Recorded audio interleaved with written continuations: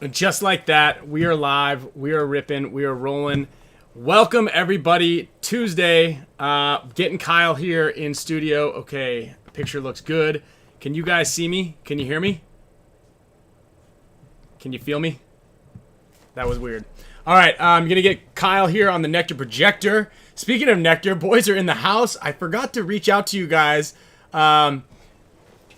We're getting low on pucks here in Spicka Span studio, and I want to bring some pucks out to Chicago, but I completely dropped the ball, mainly because I've got like so many children inside of my house that a lot of things slip my mind. Look at the notes here. It's almost blank.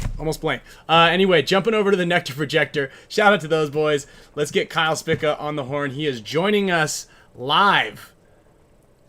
Not in studio. As you can see, we've got another special guest jumping in today. We've got a lot of special guests today. This is going to be a fun show. What up, Kyle?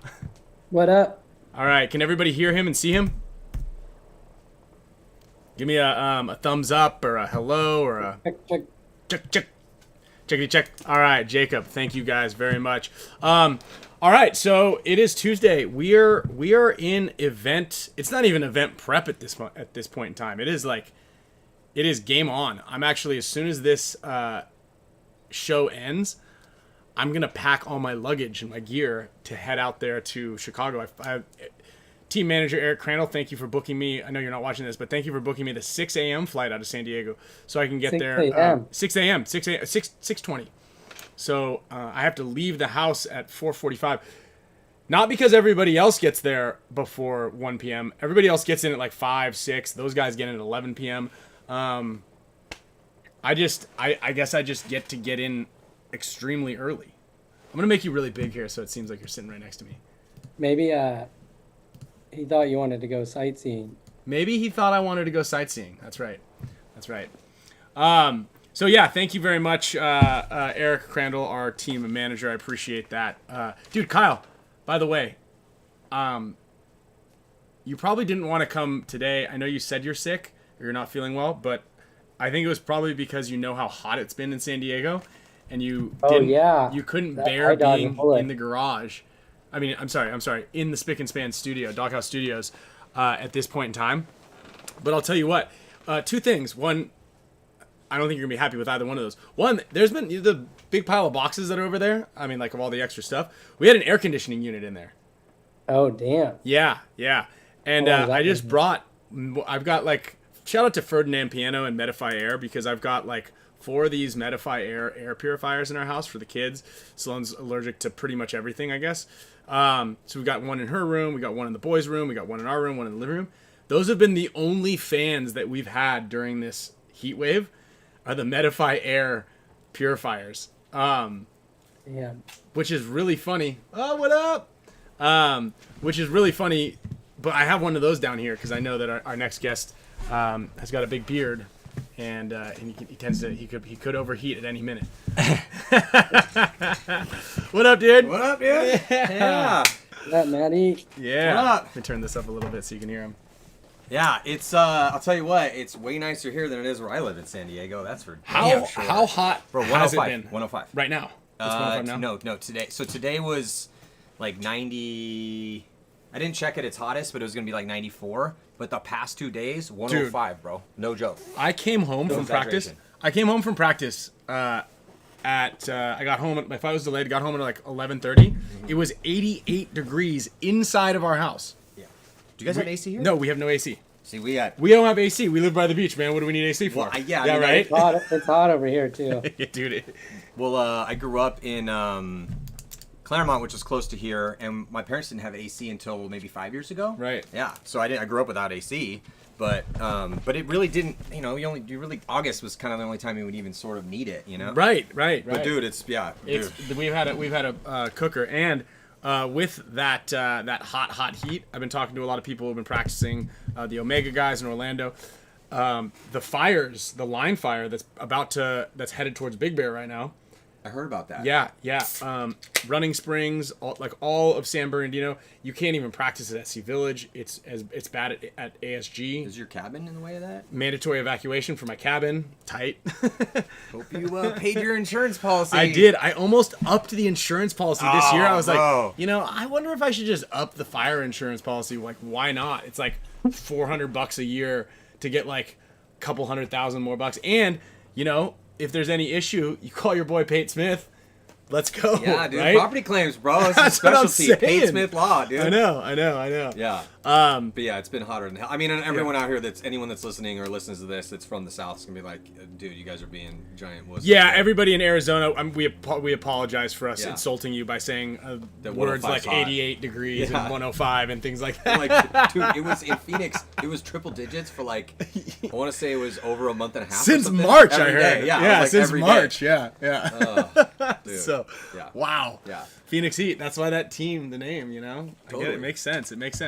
Again, anyway, and George Martinez, you're up there. Bridge fire is bad also. Yeah, we're cooking right now. This is the scary thing about California is right now, end of September, mid-September, like actually today is when the winds picked up. But October, the winds switch and they go east to west. Yeah. Right? Yeah. Blowing west, which is great for surfing, bad for fires. Yeah. That's when it gets a little scary where I live, even though like all of Santee would have to burn to the ground for it to get to us. you. Well, because like Plus, your house has the Tesla power packs and doesn't have like extra water cannons that shoot it on the top. I wish we had the extra water cannons. I should upgrade to that. But we work in paintball, so I can't afford the water cannons. True. So yeah. Anyway, really quickly, I want to thank everybody for joining us again on a Tuesday. We came in hot on this episode. And thanks, Maddie, for coming. We've got stats. We've got the crackhead notes. We've got the picks are already loaded up. We're gonna probably throw out some bets. Nobody who I texted today to send me picks in bit. None of them said it because Rainey did say, "What are we betting exactly?" And I gave him like a multitude of possibilities of what you might have to do. He wasn't game for any of them. He said, "I might do I'll go vegan for a month." That was one of them. Wasn't one of them like we had this? I think it was. It was like it last time Greyhound. to shave your head or something? We talked about bleaching your hair for World Cup. I thought that'd be a fun one. Yeah. I mean, Rainey said absolutely not. Meter hasn't even I'm down with responded. shaving my head, dude, Yeah. you know? Yeah, I mean, I got you for I'd that. actually need to go home and shave my head before I leave for Chicago tomorrow, so, like, I'm down to lose that bet. I'm picking everybody against Russian Legion Yeah. just so I can shave my head. Yeah. And yeah, so we're going to get some bold predictions. We're going to take a look at a lot of those and see how everything's going. Also, really cool paintball stats. They were releasing those strength schedule things, except I don't think anybody except for them really understood what it meant. And they gave us an explanation for it, so we're going to talk about that. I thought that was really cool. I don't know if you read the explanation Yeah, behind I did strength today. schedule. I was actually, I was a really busy day today, and was texting with the paintball stat guys, because they're like, before they posted it, they're like, "What do you think?" I'm like, "Dude, I'm slammed trying to finish this voice." So we got a Road to the Finals is out now, going over the last event. But then we had our main editor and photographer, videographer, Art. He was up with at the shock practice, Shock Notorious cool. and Bears. Yeah. So that'll be coming out We hopefully. got in the ABJ next in the house right now watching. Ooh, ABJ. Yeah. Bro, I was patting you on the back in this voiceover, bro. So don't let me down, bro. Don't fumble the bag. Don't let me down. And then you up. quick shout out and thank you to all the show supporters. Your names are in green right there. You get access to cool little emojis that I do promise that one of these days I will update and get you guys some new ones. Also, your name goes onto the wheel. We spin wheel for cool prizes that we have laying around that are given by our sponsors. We got there's a pod caddy right there, courtesy of Gen X Global. Also, we got some water bottles. BFP Gear gives away gift cards. We've got BFP Gear sticker sheets. Also, Mega members are going to get a crack at winning those snow camo goggles up there over Maddie's top left shoulder, next to that really killer looking USA jersey. Yep, the other left. That's the one. You looked at the screen, I think. You looked at the screen. So we got those. Those are courtesy Somebody of can John win these? Dresser and PB Wrestler. Yeah, we're Ooh, giving those yeah. away. We can give them away today. So if you're a Mega Support Status Brand member, new. we salute you, and we appreciate you, and we thank you. And, of course, everybody else. Also, show sponsors and supporters. Arfon and Gen X Global, they've been here for... he's been supporting the show for forever at this point. and gives away a bunch of cool gear and giveaways for you guys. And additionally, you know, we talked about it a bunch of times, but they have the Eco 1 additive into their pods that makes the plastic break down in landfills, which is good for the environment. So that's good for you, good for my kids, good for your kids if you have kids, and their kids, and so on and so forth. So I really appreciate them going out of their way to make sure that you know, a lot of people lose throwaway pods, and that plastic gets thrown away in landfills. So big shout out to Arfon and the guys over at Gen X Global for doing that cool stuff, and you know, getting us the best pods. Appreciate that. Also, NECTR, you guys already know about them. They're keeping me awake throughout the day with the multitude of children that I have running around at the house. So many children. You know, a couple cup of coffees, a couple NECTR pouches, and we're ripping throughout the day. I also take these things when I play. I feel like it's just like in surfing. I'm like a way better surfer when I have one. Yeah, NECTR I have some of those at the house. They're good. It's They're not, like it's a nice. It's not like a, you know, you're not jittery. You're not Don't like. they also have nootropics in it as well, too? Yeah. So it's got a nootropic inside of it. It's cognizine with cytocholine, and it's like an MIT developed. Those dudes are smart. The guys at MIT and the guys at NECTR, I'm sure too. They're clever as well.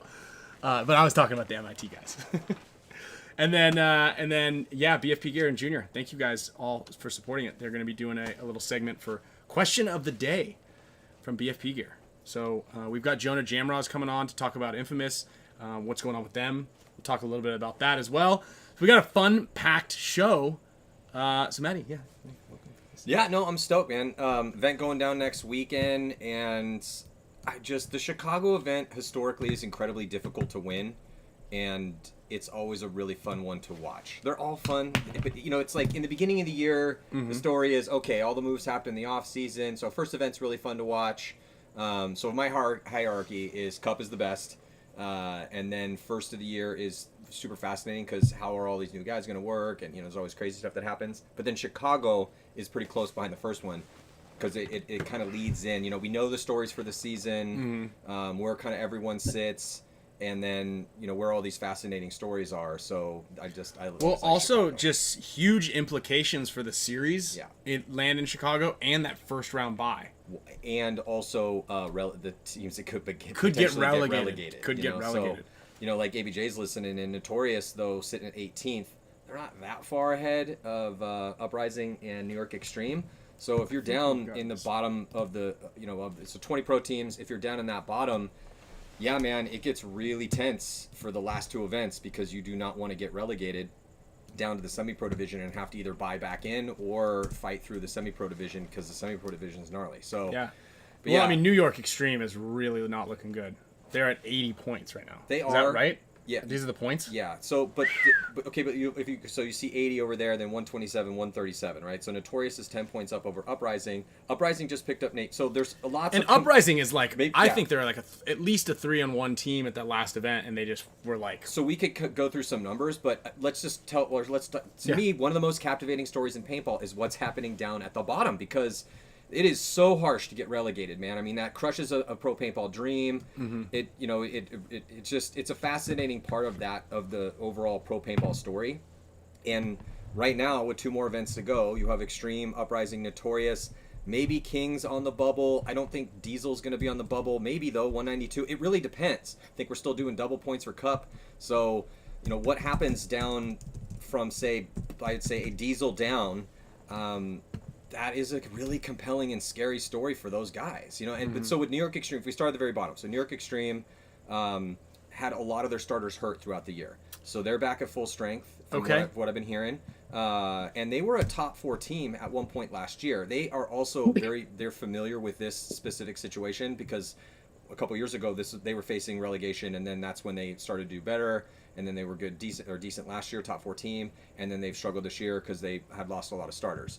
At least that's the easy explanation, right? Uprising, I agree, like with you. I mean, that's a team that always seems to be on the bubble. They've been around forever. They picked up Nate Schrader. Yeah. You know, so that's a huge pickup. I mean, he was fighting for playtime with Sam Soberg on Infamous. He's back healthy after blowing his shoulder out multiple times. So, yeah, I mean, Uprising, Nate could be a big difference maker for them. They are very experienced. They've beat top teams throughout the years. They've had a rough go of it throughout this year. And then Notorious was another team. They didn't win a game at the last event, took 19th place with, I think, a -10. but they were missing 3 core dudes. They didn't have their their biggest weapon with Archie Barnes Jr. They got that dude Bogdan on the team as well too, and I mean their starting lineup is pretty good right now. I mean, lots of talent on that team. They're not as experienced as a lot of these other rosters, but I wouldn't sleep on Notorious out here. And then the Kings have been super inconsistent this year, and then Diesel, that's been a story we've been telling a lot. That's a team that should not be down as far as they are. When are they going to perform up to their potential? Everyone's asking that question. And you guys just had a little pickup too, right? Picked the Kyle. Yeah, we picked up Silos. Dude, was he at practice, Kyle? Yep. How'd he play? Hey, great. Nice. Yeah. Well, let's talk about this real quick. How was the field playing this weekend? Fast, right? Yeah. Oh, wait, one second before we go on this, because I was gonna say, Maddie, what makes Chicago historically the hardest? What is that factor? Is it teams? Because it rains on Sunday. No, well, is it the switch, teams that have been winning in that year, they have a tough time winning Chicago. Is that what you mean? Well, I saw your post too. You said that. Well, so Chicago used to be the third event, and for years, and then it just was so hot always going there in the middle of summer. So, it's a while ago, and then they switched it to the fourth event. But the thing is that whether it's the third event or the fourth event, is that at this stage in the game, let's take your team for instance. Right, and the same goes for every team. Who's on the roster, who's been playing well. We just had a big break. Hopefully get guys back healthy. And you're going into a situation where there really are no more excuses. And the pressure is on. Because if you want to be a team that should be winning a series title or winning tournaments and you haven't done that yet this year, the pressure builds. And then again, no excuse because we've had, this entire season so far to get our shit dialed and to get our lineup figured out. Who are our best guys? Who are our go-to starters? Pressed it. We had something happened. Guns break or whatever. Dude gets hurt. Who do we put in? All of these puzzles have been pretty thoroughly discussed. And so again, added pressure that you're heading towards, the ultimate moments, and you need to step up. Time behind the gun with your boys on the squad, and then also knowledge of other teams as well too. So the fact that you've had all season to scout everybody and figure out tendencies, and right now the Legion, Red Legion is just dominating, but they're playing 5 dudes, and their game plan is we're gonna take a ton of ground, we're gonna play hyper aggressive, try to stop us, and it's been working out great.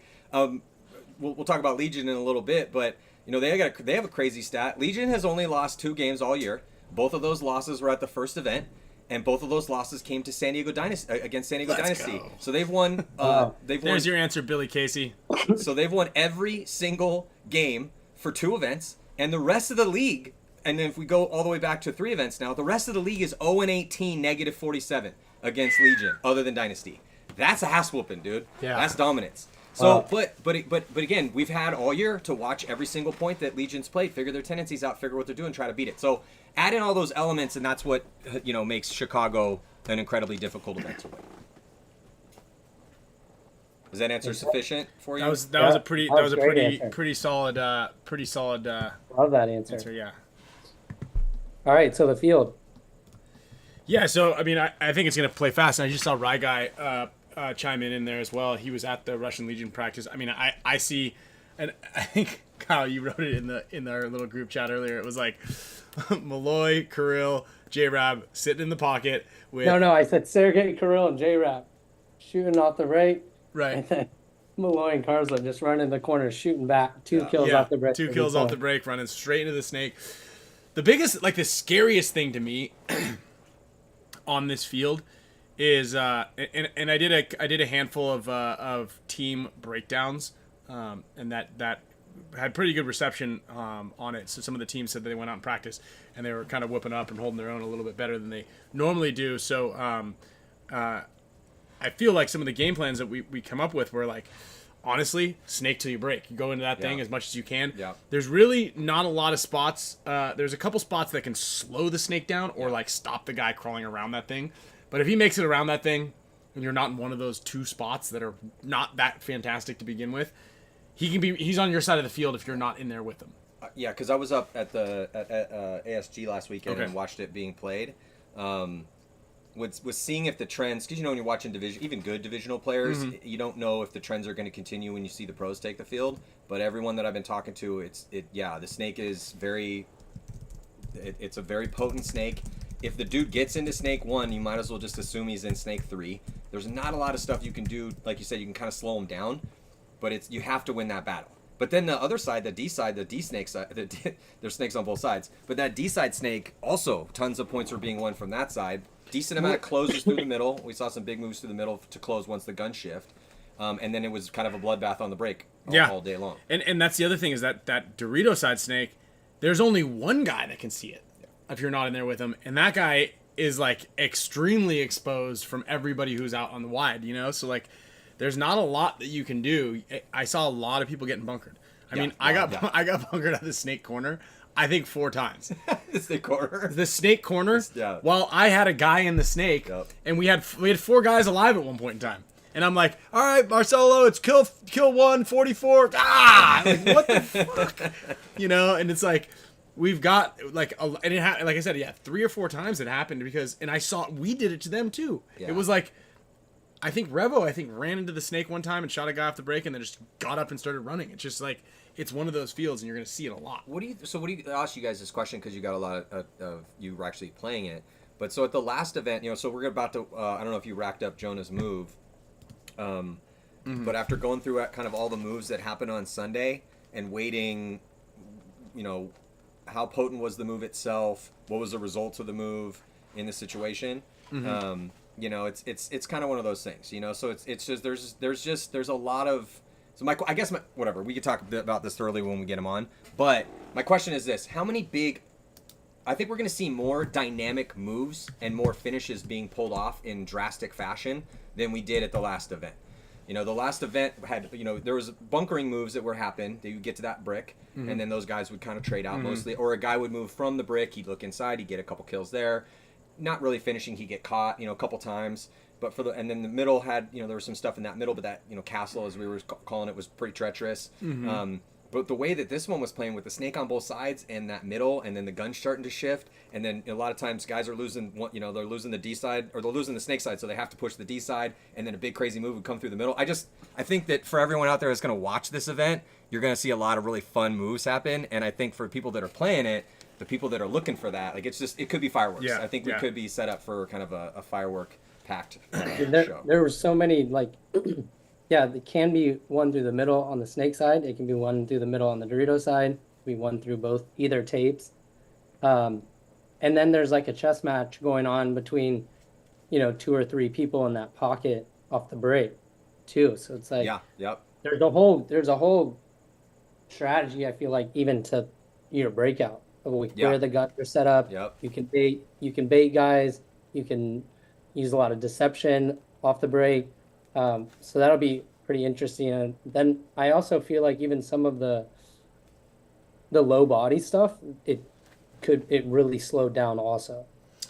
Yeah, the low body stuff is tricky, right? Because you always think it's like, because you can't keep track of the guy on either side very easily. Usually you can keep track of a Dorito side, at least one of the 2 guys. Yeah. And when you're ever in those island situations where you're on a one-on-one on your side, it's like, or you're like, should I go up there? And I kind of want to go up there, but it's hard to shoot guys cross field. Yeah. So you're like, the only way to shoot the guy cross field is to get like really close to the guy in front of you, or really far up. Really far up on your side. Because once you get on, into their snake one, then dude, you can get those cross field kills.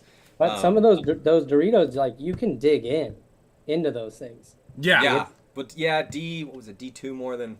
D2 had a decent survivability. All 3 of those Doritos are if you're kind of weary, like, all right, like we talked about it, snake's always hot. Yeah. If you're just playing it like that, snake's always hot, dude. Yes, if you play it like that, but I definitely saw, and then also hopefully the snake guys have done their accuracy drills because and this happens less in the pros than it does in the divisionals. But a lot of times a dude would get all the way down and have the broadside of the barn and then just straight up miss that shot, and you're like, oh, and then the guy tucks in and now you're not seeing them. And you're hoping that your D-side can push in. But it was a pretty entertaining field to watch.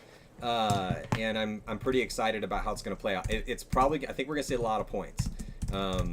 And And I think if you lose people off the break, yeah, and the other team gets into the snake, totally. that's That's a good point. That's a good point, Kyle. It's curtains. I was yelling like, "Hey, Count. keep the goddamn count right." But this is gonna be a hard one to keep the count right on. Oh, Yeah. Was this a trend that you guys saw too? Decent amount of back guys dying on the break. Did you guys see that at all? Yeah, you know, that back Yeah. center, because it's so far up, and the only way you can see either the snake or the Doritos sides, either one of the two snakes, Yeah. is you have to be way off the back, like right up on the gate, pretty much looking Yeah. one way or the other, Yeah. which makes it really susceptible from paint just kind of dropping in on there. Yeah. And so, yeah, I mean, and if you step up to it, you're kind of like, I don't know where anybody is. Yeah, I was trying to tell a lot of the the laners off the break. I'm like, hey man, all right, you're gonna try, because snake was being taken pretty frequently. I mean, guys were getting to those corners, but I'm like, throw 5 or 6 balls right back at the shooters. Send that first stream there, and then switch your stream. But I don't know, kept seeing. Oh, because you were coaching guys. Yeah. Oh yeah, you're coaching the Narcos. I mean, right. it's interesting because I feel like the only place that's not that is like guaranteed that you can make it 2 off the break is maybe the back center. Like those insert first spots, the Aztec on the snake side and then the can on the Dorito side, like those are shootable. Yeah. If a guy wants to just stand in the blind zone and pull his gun up, he's obviously putting himself at risk, but the probability of him shooting like diagonals into those spots are huge too. So that's where I feel like it's like you're going to see a lot of interesting, trading bodies off the break for those spots. But like it seems to me that most of the bunkers on the field are shootable. Like if you want to If you commit to it. If you commit to it. And there are some blind zones to get in, but it's going to be interesting to see how much, how often guys go to that and how predictable that becomes, and then go away from it. And when you go to it to commit from certain blind zones. Yeah, I don't know. I thought I think it's going to be an entertaining field to watch. That was something I thought about too, like through practice, because I really like doing those like float zone stuffs, and we see a lot of people play those, but the weight in practice is nowhere near the weight of like when you're in a match. Right. And you're like, do I want to? Do I want to risk this? There's a lot more. If I get shot right here, that might be the match. So it's like, true. Yeah. Because Kyle, like you're saying, if you're in practice, you're playing 50 points, you're like, try it. Let's try it. I want to float in here. Yeah. I mean, that's how it was in the last event too, right? Yeah. That can of death. Yes. You're like, Yeah. And I feel like that's both sides. So like, are people going to be running and shooting to those? Are they just going to be diving into those? Like it'll be pretty interesting. Yeah. I think that speaking of cans of death, I think the can on the D side could be another. It's not like you get totally pinched from there. Though, it's not. It depends on the snake battle. Right. Right. Totally the guy has to get to your side to he has to get to your side. But that's gonna happen. Yeah, it's gonna happen all the time. It's gonna happen often, dude. And it was also interesting in the snake. You got that tower in the back, and you can control from there. But really good snake players that have their spidey senses tingling, like it really is up to the one. Like what you do and when you decide to go, and if you can get him and stay alive. I mean, there's gonna be some craftiness. It's just there's gonna be a lot of weight. The first attacker in the snake always, arguably the most important piece in the puzzle, because whatever happens to that guy, that dictates what everyone else has to do. I don't know. It's gonna be fun. It's so funny in there too, and like when there's like it's low bodies and there's a guy in there and you're in there too, and you're like, yeah, totally, yeah. Is he snake? Is he just laying on the ground? He can't possibly still be in snake one. He can't. Maybe like he is though. Too. I don't know. Yeah, because we played Heat, and I got to give props to Tyler, because like I was playing the snake. It was a lot of like Mal, Silos, and I over there, and I would there's a couple of times I snuck in the snake and I came up, and Tyler's at like somewhere in the 50 in the Dorito snake on the other side, and I come up just like maybe a minute and a half on the point, and he's looking like right at the spot, and he just ducks down. I'm like, yeah, what the hell is his spidey senses so good there, Yeah. But yeah, it's like, and then you get busted, and if the other guy's in the snake, you're like, shit. Yeah, it's gonna be interesting. Was Silos playing I mean, this is also an interesting one too, because as far as versatility, there's a snake on both sides. I feel bad for the D side guys that have bad shoulders, because they're gonna have to dive and get that snake, D side snake. But who was Silos playing snake for you? Yeah, Spicka? Silos mostly played snake, but he also played that Dorito side snake as well. How did you guys do? How was the How was it? Was it just you and Heat, or was there someone else That's, there? yeah, just us and Heat. And I don't know how we lucked out, but the weather was like 75, 80 in Houston. You lucky son of a bitch. Yeah, the weather was But, nice like, for us too. Dude, It was breeze. it was miserable 105 here. Yeah, and it's 105 and smoky. 105, dude. We One had, of smoky. No, I went out to ASG to walk the field on Wednesday before I left on Thursday, and it was 109. yeah, yep. Like, This nasty out there. yeah, it was good. It went back and forth. I think it was a really productive practice. Everyone tried a bunch of different stuff, so we got to see a lot of different looks, different versions, like heavy shooters, aggression on both sides, also like the slow game too. So I think we were able to see a lot of different things, and then also expose strength and weaknesses for us, which is like, what you could the most you could ask for in a practice, no matter what team you're playing. Let's get Jonah in here because he's in the waiting room right now, and we can see how his practice went. I mean, I'm assuming it went very. Dude, Infamous has just been a really they're a team that, and I still think, and I've told them this before, and I've been saying this on the shows, but your show, our show, whatever. I think this is the truth. If Travis can keep this group together, even though they lost Nate, but Sam's been so good on the D side for him. I really like that roster. And I really like it on a layout like this. I think this is going to be a fast-paced game. I think they got fast-paced dudes that like to spin it up. And Jonah has really just emerged as a threat. So, I love the trajectory of his career, and I really like watching them play. I was actually texting with Callie Rudolph earlier. Somebody I think it was Paintball Ruined My Life, had posted that video. Yeah, the video. And we had these battles against Infamous back in the day. But I told Callie, I was like, hey, man, I really am thankful for Infamous, because one of the takeaways after all this is done, for me at least, was that, like, hey, thank your enemies. You know what I'm saying? Because without your strong enemies, you don't really know how strong you actually are, and Infamous was a great enemy. What's up, Jonah? What up, dude? Hey, what's up, fellas? How you doing? Good. How are you? Good. Thanks for jumping on, man. We were talking to Callie because we wanted to get Infamous on, and we were like, dude, let's get Jonah on the show. For a handful of reasons, but definitely thanks for coming on and taking some time to get in here. Of course. Well, dude, thank you for having me on here. I appreciate the opportunity, getting to chop it up with you guys, and let me be a part of this. Yeah. So just in case, like, a handful of people, obviously you're I'd say far from just a rising star on Infamous, because you've been there and been putting in the work and playing really well. Yeah. Especially battles against us. It seems like we play you every event. But what do you? Because I reached out to you, I think, on your personal Instagram page or your work page, right? Yep. So you do a lot of photography. I only have one. Oh, you only have one. Yeah. Okay. And you do a lot of what do you do?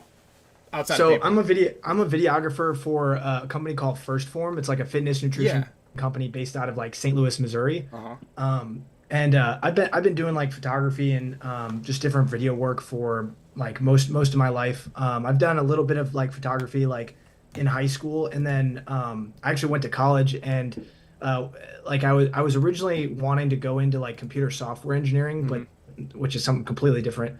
Saw some of the course loads, and I was like, I don't know if this is really what I want to do, nor am I passionate about it. And then the school I happened to go to just happened to have like a great program for film, and so that's kind of what I pursued. But I more so wanted to make like commercials and things like along those lines, whereas like other people in my class and other people like in my program wanted to make like go into film production, or actually like making movies and stuff like that. I wanted to go more like the advertising and marketing route.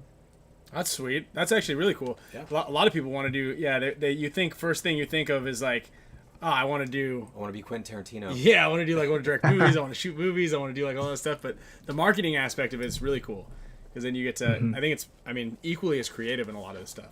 Well, and a good professional choice too, because I mean, those especially right work. now. Especially right now. I mean, there's thousands of companies out there, and they need to sell their product, and they need to create spots, and it's like that's actually a really good point. Because if you get in and you want to direct movies, I mean, hey, God bless you. I mean, that's awesome. There's lots of cool movies out there to watch, and thank God for the people to make them. But that's a really hard road, like to go down that road. So it's actually really smart that you did it that way.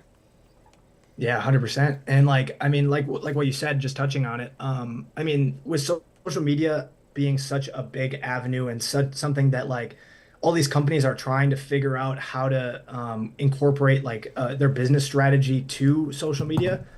Because if you think about it, where are most people spending their time? So they're spending their time like on their phone and going out and about. Less people are watching TV, less people are sitting down and doing stuff. So it's like, most people spend a lot of their time on their phone, and it's a huge avenue for people to start to market and advertise and really kind of capitalize on it. Because there's a lot of companies that, you get these people that are a little bit older and they just, aren't as in tune or don't spend the time to like get to learn social media and how it like, that's where it depends on the company obviously, but a good size of their clientele or their community lives on that platform. So, learning things like TikTok, Instagram, YouTube Shorts, like, it's and even Facebook, yeah, like it's really important to like to start advertising and promoting yourself on those platforms. So how did you guys, I think, are you watching the show also on the side? Do you have it pulled up? Yes, I am. Okay, cool. So you can see all the comments. Everybody's says you got dinner plans that you're late to. You got your dad. You got your dad in here. Shout out to Steve. You're the man. Thanks. I chat with him every so often. He's great. Oh, that's sick. Yeah. So how did your guys' practice go? Who'd you practice against? Where'd you play? What's going on with you guys? We had a really good practice. Shout out to Virgil and Travis Lemansky for having us go out to Blast Camp. Blast Camp was a pretty good practice. Short drive for me, like 4.5 hours. But we had a great practice against Russian Legion, Iron Man, Blast Camp, and us. I believe that was pretty much it. Oh, but it was a great practice. Love the field. Virgil's done a great job with his field. I mean, essentially, it's like a Midwest paintball fit. It's got 2 great turf fields, very pretty level, a great setup for teams to practice out of, and they've got lights just like fit. Yeah, I mean, those guys are the guys, right? Yeah, they're like the 2 of them. It's just like, you're doing that, I'm doing that. I've heard you're doing that. It's like I've been to Fit, I've never been to Blast Camp. I went to Blast Camp. It's rad. I know that's what I hear. Everyone that comes back from there is like, oh my god, it's so dope, dude. It's such an amazing place to play.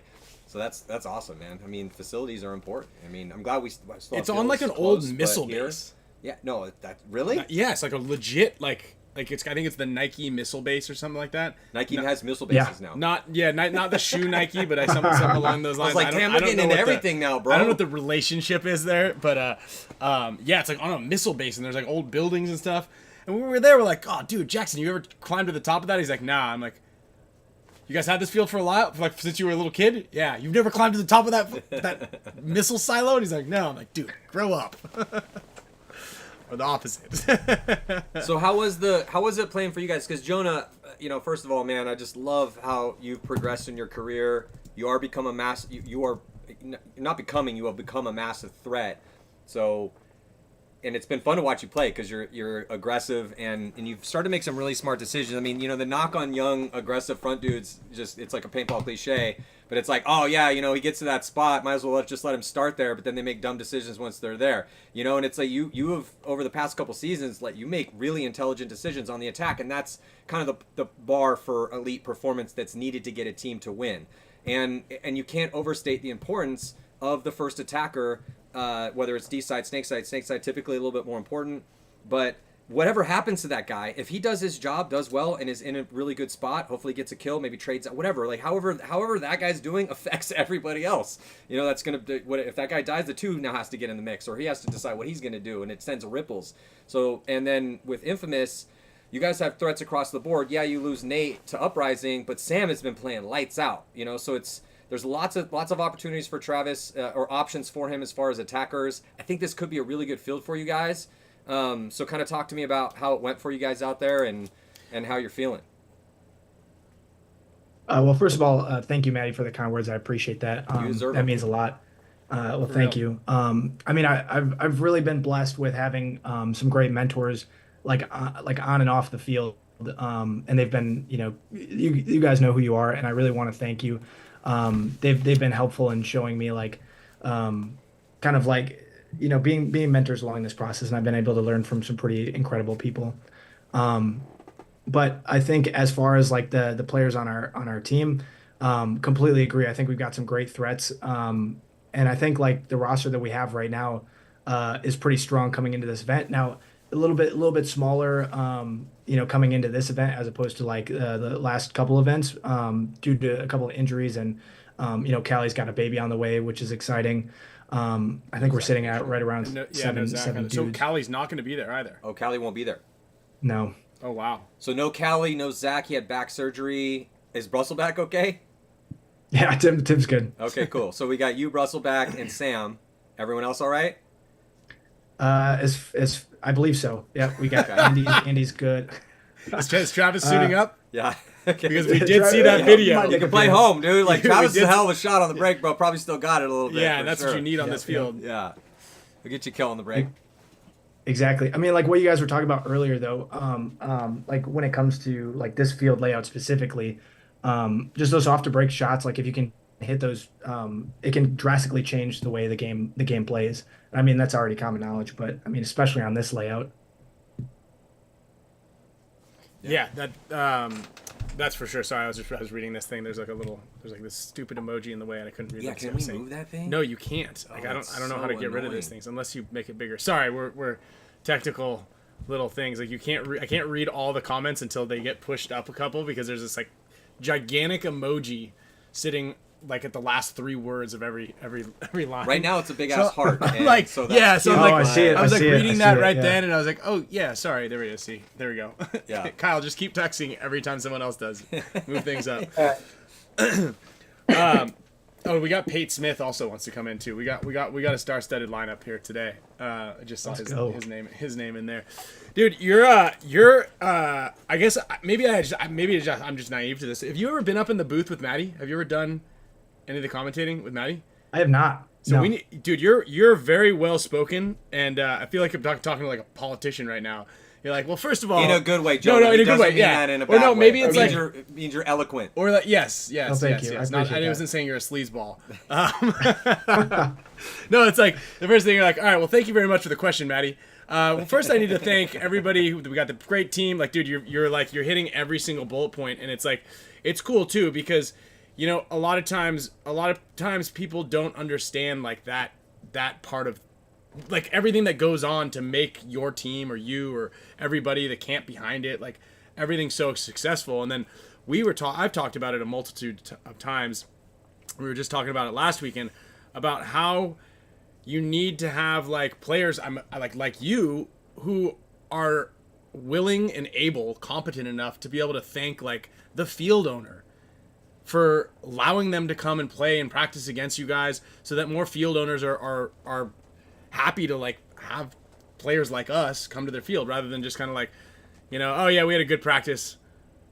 Where'd you guys play? I don't know, Blast Camp is cool. You know, like that's how a lot of people answer the question. It's like, dude, and it's great because a lot of the teams and the places that we play, those owners put a lot of work into their product essentially, Well, and like, they love the praise. They're not making the money. Off No, of it. we don't pay them anything. You may be a lost leader to have you come out there. You know, like they're not making money having you out unless they're throwing a clinic or I mean there are ways to do it, but yeah, it's yeah. And so, yes. and so I was just in the short moment that we've already been talking. I think it's awesome, like how well you're already receiving the info to like give out and disseminate. Like I feel like you're a great spokesman already for paintball. Just like hearing you're just thank you. So I'm thanking you is what I'm saying. So Not, Jonah, not calling come you a on up, sleazeball. dog. This Yeah, is come an on up, official dude. invite. Yeah, I'll have to put a at this polo next on next event. Let's get you up there. Yeah, I'll have to put like a suit and tie or like a polo on next time. Maybe that'll help. No, it's fine. Come as yourself. Get a little polo. infamous pin. I'll wear the polo for yeah. both of us, brother. It's okay. Depends on the that. temperature. Yeah. Hey, so I've got a question just as we were talking about, and this is good for Maddie also, because Peter Sturgis threw it in the chat, and because we were just talking about Blast Can't Fit and the field and the rivalry and the this and the that, he said, are there any? And we were talking about the season rankings earlier. I'll pop those back up. Mm-hmm. Are there any teams right now in semi-pro? Are there any the top 3-5 semi-pro teams who you feel are a good matchup for any of the pro teams or the bottom teams? Like, could you see any of them right now being competitive, like Fit or Blast Camp have been so far? It's much more open in the semi. That to me, it's like, I don't know. I look at it as that. I've just been okay. So I've been impressed with the semi-pro teams that have come up. So let's Fit is a good example, right? Now Fit did win every single semi-pro event, and those dudes were on a pro team before they got relegated. So they've had quite the paintball adventure to get back in the league. But they're ranked 11th overall. You notice how I didn't mention them when we're talking about potential relegation, because though they have not made a Sunday, they've gone 12th, 12th, and 11th, and I think they went 2-2. They went 1-3, 2-2, 2-2. I was actually just, and so like looking at Fit, so they've got wins over Aftermath, and Aftermath had a top 4 performance, and they haven't had a great run of it the past 2, but that was a top 4 team at the beginning of the year. They've beat Diesel, they've beat Dynasty, they mercy ruled the ML Kings. So they have a mercy rule win on the board. They're sitting at 5-7 overall record. So that was impressive. But they did win all the semi-pro events. Then, then you have Blast Camp, right? So Blast Camp sitting at 16th, but they made a Sunday. Whereas Fit hasn't made a Sunday. And they took second every time, right? Yeah, they took second every time. But the thing is that, and then Notorious, they came up and again struggled at the last one and kind of sitting at 18th right now, but they've also beat some decent teams. My point is that I can't really answer that question until they get up and actually start, and when you start playing pros. But I have been happily surprised by the semi-pro teams that have come up. I mean, we're looking at the teams that are on the bubble right now. Officially here are New York Extreme, Uprising, and Notorious, and the ML Kings, you could say maybe too. It's really more Uprising. It's really New York Extreme is really the big threat that's on the bubble. That's an experienced pro team. Uprising is an experienced pro team. That's 19th and 20th right now, ladies and gentlemen, here in the Pro League, dude. The parity is getting insane. Only 4 of the top 10 teams haven't missed a Sunday, like this year. If you look at how... So the parity in the league, we talk about parity all the time, and we're not just saying that just to make it exciting and bullshit and hope that you tune in. No, legitimately, it's getting really hard in the pro division with the 20 teams. You never kind of know what's going to happen. I mean, yeah, Legion's been whooping that ass. And Dynasty was whooping that ass before that, winning half the events since 2020. But it's so, I don't know, man. It's like earn your right to be with the top teams, and then we'll see. But I'm going to be very excited and I'm not going to count anybody out, because we've seen the past couple seasons that, when these teams come up, and who's it going to be? I don't know. This one's a little bit more open, so I'm not sure. But I am really excited to kind of see the battle, especially when we get to Cup. It's like once we get to Cup and we get to see those semi-pro battles after a full season, and then we'll kind of have to see who does get relegated to start having like a real conversation about that. But man, I'm not counting anybody out these days, dude. I mean, I'm not, it's been cool, because I mean, we have behind the scenes off the record conversations with people all the time, and some people that know what they're talking about were like, sometimes they say, oh dude, this team doesn't stand a chance, and maybe they're right as far as like winning tournaments, but they're still beating teams and hanging in there, so it's been cool to see, man. Like, paintball is going, I think, in a good direction. So I mean, to the semi-pro teams, I would say, earn your spot or buy it if you have to, and then and if you think you can hang, we don't know until you get there, but I've been pleasantly surprised. It's like, I mean, I can't really pick, because all of those teams, all like the top 3-4 semi-pro teams that are down there right now have looked pretty good in their who is that? It was like Wrecking Crew, Leverage, but they're kind of bounced back and forth. So there's, some of those teams they look really good. I mean, I spend most of my time watching the pros. Like we have to do, we just did the TV show and all these documentaries, and so the lion's share of my time is focused completely on the pros. But yeah, I mean, I've been impressed by, the times that I have seen them when they do get to the field.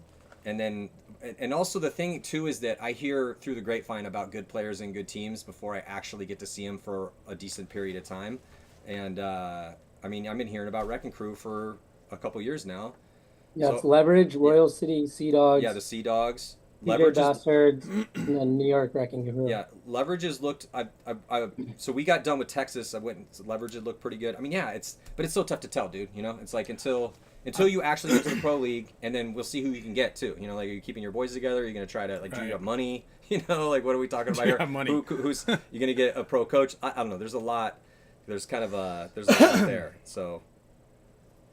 Jonah, do you I got? can see Go ahead. Sorry, the 1 through 6 in the top 6 of the semi-pro league right now are all relatively close, except for Leverage. I mean, Leverage is kind of the outstander with the 1, 3, and a 2, but the rest of these teams, like I've been following a little bit of Ology, a little bit of New York Wrecking Crew. I don't spend and Distortion as well, but I don't spend a ton of time. I probably should watching some of those teams or taking the time to go over to the divisional pits and checking them out a little bit. But I mean, those top six are like right there: 250, 252, 253, 254. Like it's kind of like I mean, it's up in the air. Like if one of those teams does pretty well in this next event and some of the others don't do as hot, I mean, it could be pretty close at this Chicago and World Cup, depending on how the next two events go. Yeah, and then it's double points, right? Yeah, I think it's double points still for Cup. So which is awesome if you're, that's- as long as you're not in first place. So last year it was it was like Fit was obviously the better team because they won all of them, and then obviously second place was Blast Camp. These were all no brainers. This year, that's kind of my point. Is that like, who knows, dude? Right. We still have 2 more events to go, and we've seen. But that's how Notorious squeaked in, right? Because Fit stumbled, the double points put Notorious in, and they're holding their I think own. like 1 point. Oof. I think Notorious got in 2 years ago by don't quote me on this, but I think it was like a 1 or a 2 point margin based on the double points at Cup, whatever. But it's going to be a super entertaining finish, and then we'll get a new pro team, and then who's going to get relegated, as we were talking about earlier, I don't know. Obviously, it's on the big bubble is New York Extreme. Uprising's pretty close. Notorious, but each one of those guys, each one of those 3 squads with New York Extreme getting all their starting lineup back, and they're healthy and they're super hungry and they are experienced, and then and with Uprising getting Schrader, and then Notorious gets ABJ and Ty Bateman back, like those bottom 3, if you have them in your bracket at this event, like who has them in? Let's look at the I'll pull up the brackets because No, I'm gonna pull Pate in here also. let me just look real he's quick. he's texting me like a worried mother.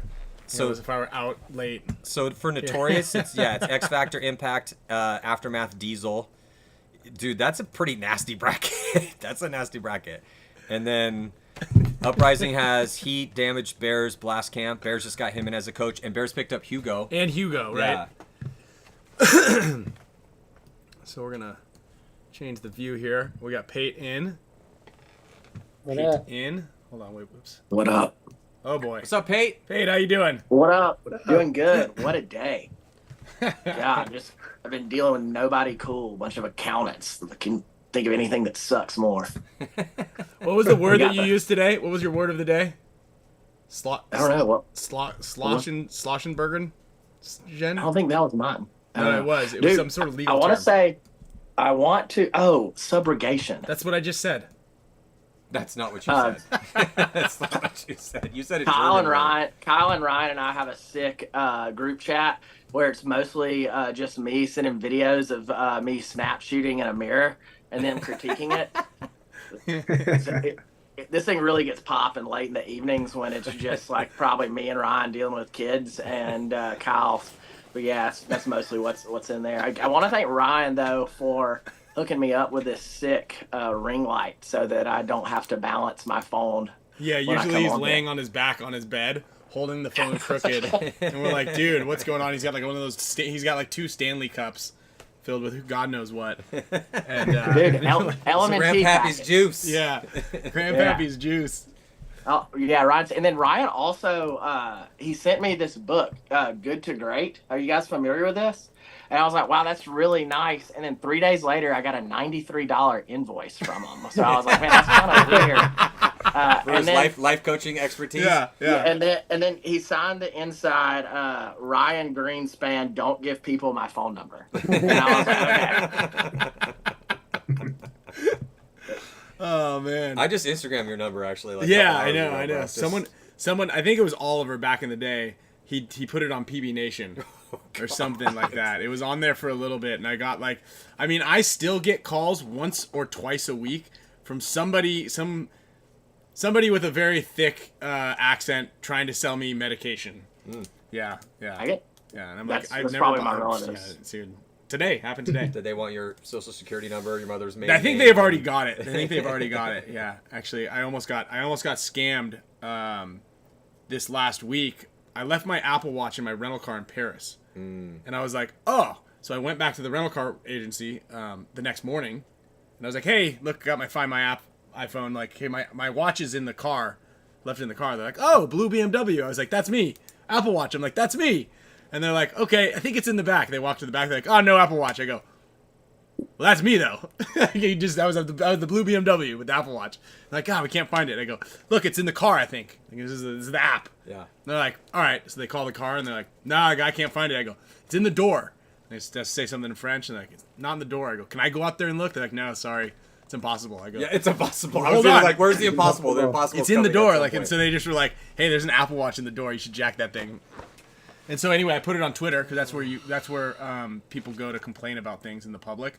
And I got a message back from someone from Kenya complaining to be customer service. Oh, okay. And so they messaged me, and then they were like, "Yeah, download this Remitly app and we're gonna send you some money for full reimbursement." I was like, "Sounds a little too good to be true." Yeah, that's a hard no, dog. Yeah. Hard no. Good try. Sorry, You almost bro. got me. You Yeah. almost got me. It's, though. I was it's like, weird. I actually just took a spot on the board of Remitly, so I don't know how they got your number trying to get that. But yeah, took Yeah. a small board seat Yeah. at Remitly. Yeah, you keep all your currency in Kenyan dollars. That and the weird cryptos. Like right now, I'm real big on Saxacoin and Kyle's in on that. Yeah, and Hypnocoin. It's a coin based solely on the movements of hippopotami, and that's what causes it to create more currency. The funny part is like that's not that different from how some cryptos are based. So Yeah. I'm gonna get lashed out in the comments by some crypto bros. But yeah, Yeah, Is Harrison Giannis Fry's still on gonna be this? on your ass, bro. Yeah, Harrison Fry's on your ass. That's a good one. I'm gonna need to invest in that. Hey, hold on. Jonah's like, Was hold that on one second. hippopotami? Yeah, I just Hippopotami. wrote that Yeah, down. really? How many Is P's that are in on, hippopotami? What's it trading at right now? Fractions of pennies. is it 4 water buffalo coin? The last time I looked, you get it for 4. Yeah, I get a lot of those too. I get a lot of calls for people trying to sell me Buffalo silver dollars or something, maybe some sort of.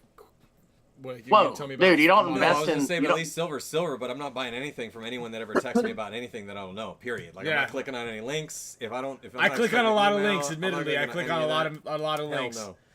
But Nope. Like I solely base my entire investment strategy on things they sell on Alex Jones' show. So you right have now, the I've got accent it. for that.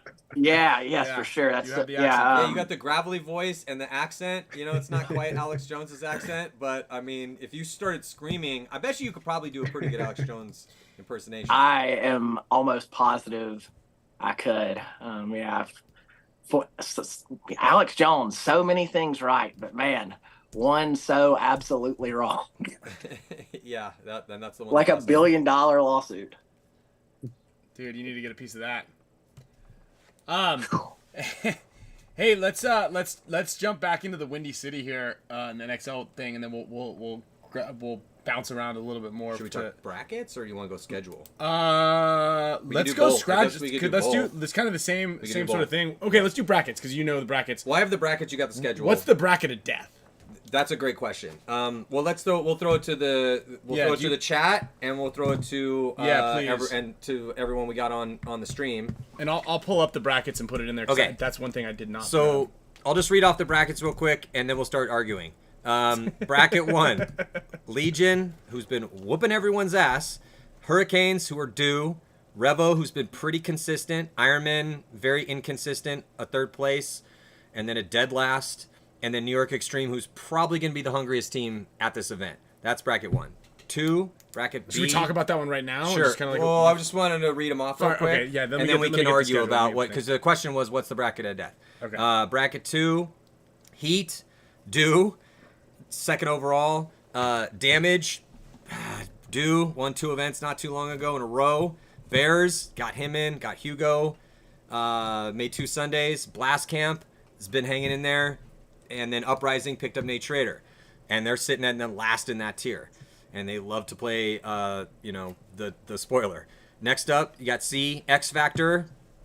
second. I feel like their second place kind of got thrown, into the bin of history as quick as we possibly could throw it in, unfortunately, because we went right in from Lone Star into Atlantic City. The bin of history. Well, it happened on Thursday. They took second and looked great. They were up. They threw away a lead too.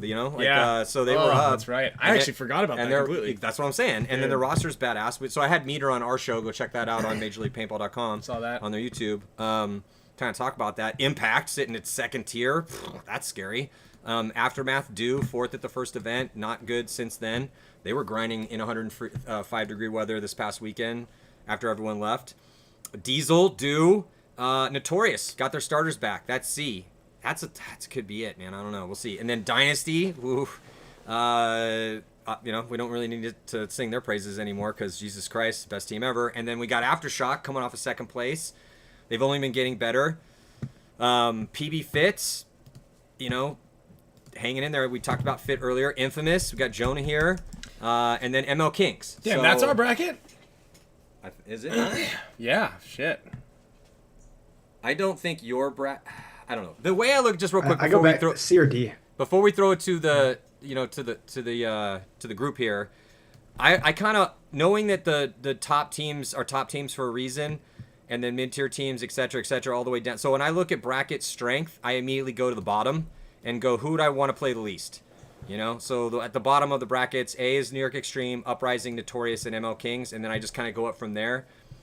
Because we know Legion, Heat, X Factor, and Dynasty at the top of their brackets, and then Hurricanes, Damage, Impact, and Shock. I mean, there's a reason why those are the top 8 teams. What do you guys think? Jonah, what do you think, dude? Your bracket your bracket the bracket of death with Dynasty, or are we going with a different bracket? What do you think? I don't know. I mean, to be completely honest, I think most of these seem pretty balanced to me. But C or D have to be. For some reason I'm leaning more towards C, but I don't know. I mean, I could see Paintball Fit doing well on this layout. I could also see I could see Diesel and Aftermath having a great run on this layout though too. So.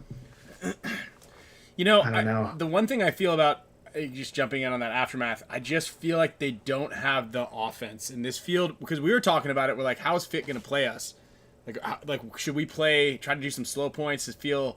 I mean, they obviously have offense, but do they have relentless offense? You're talking about Aftermath, right? I'm talking about two things, right? I'm talking about the style of play between the two teams, and that because you slide across from 11th to 12th is Aftermath, and then bracket D we're playing as Paintball Fit, and we're trying to think, because you mentioned Aftermath, might be good on this layout, but at the same time, they have good offensive weapons, but do they have the relentless offense? And that's where I think that the teams are going to do really well, is relentless offense. Like Diesel, I think, can do well. Notorious can do well with that type of... Just real quick, so with Aftermath, they've been running 2 lines this whole year, and it's all Wayne. I was like, hey, man, so this isn't a surprise. I'm not giving anything away. I didn't say don't tell anybody. But I'm like, you're going to go with 2 lineups again, or 2 lines, because, when you run... So they take 4th at the first event, right? Both lines playing well. And then they go to the next one, and then if you go to NXL's been doing some stats too. Shout out to Paintball Stats as well. They've been putting all this awesome stuff together. We have been having their graphic up. But if you look at points played, one bracket or one lineup was better than the other as far as results. The last one. So if Aftermath runs 2 lines the whole event, and doesn't go to the whatever line's doing better, as if they go deep again, and keeps rotating. So that's kind of a question with them. They'll be fresh. Harder to kind of scout because you got 10 dudes you got to worry about trying to track, but that's kind of that's just something to talk about with Aftermath.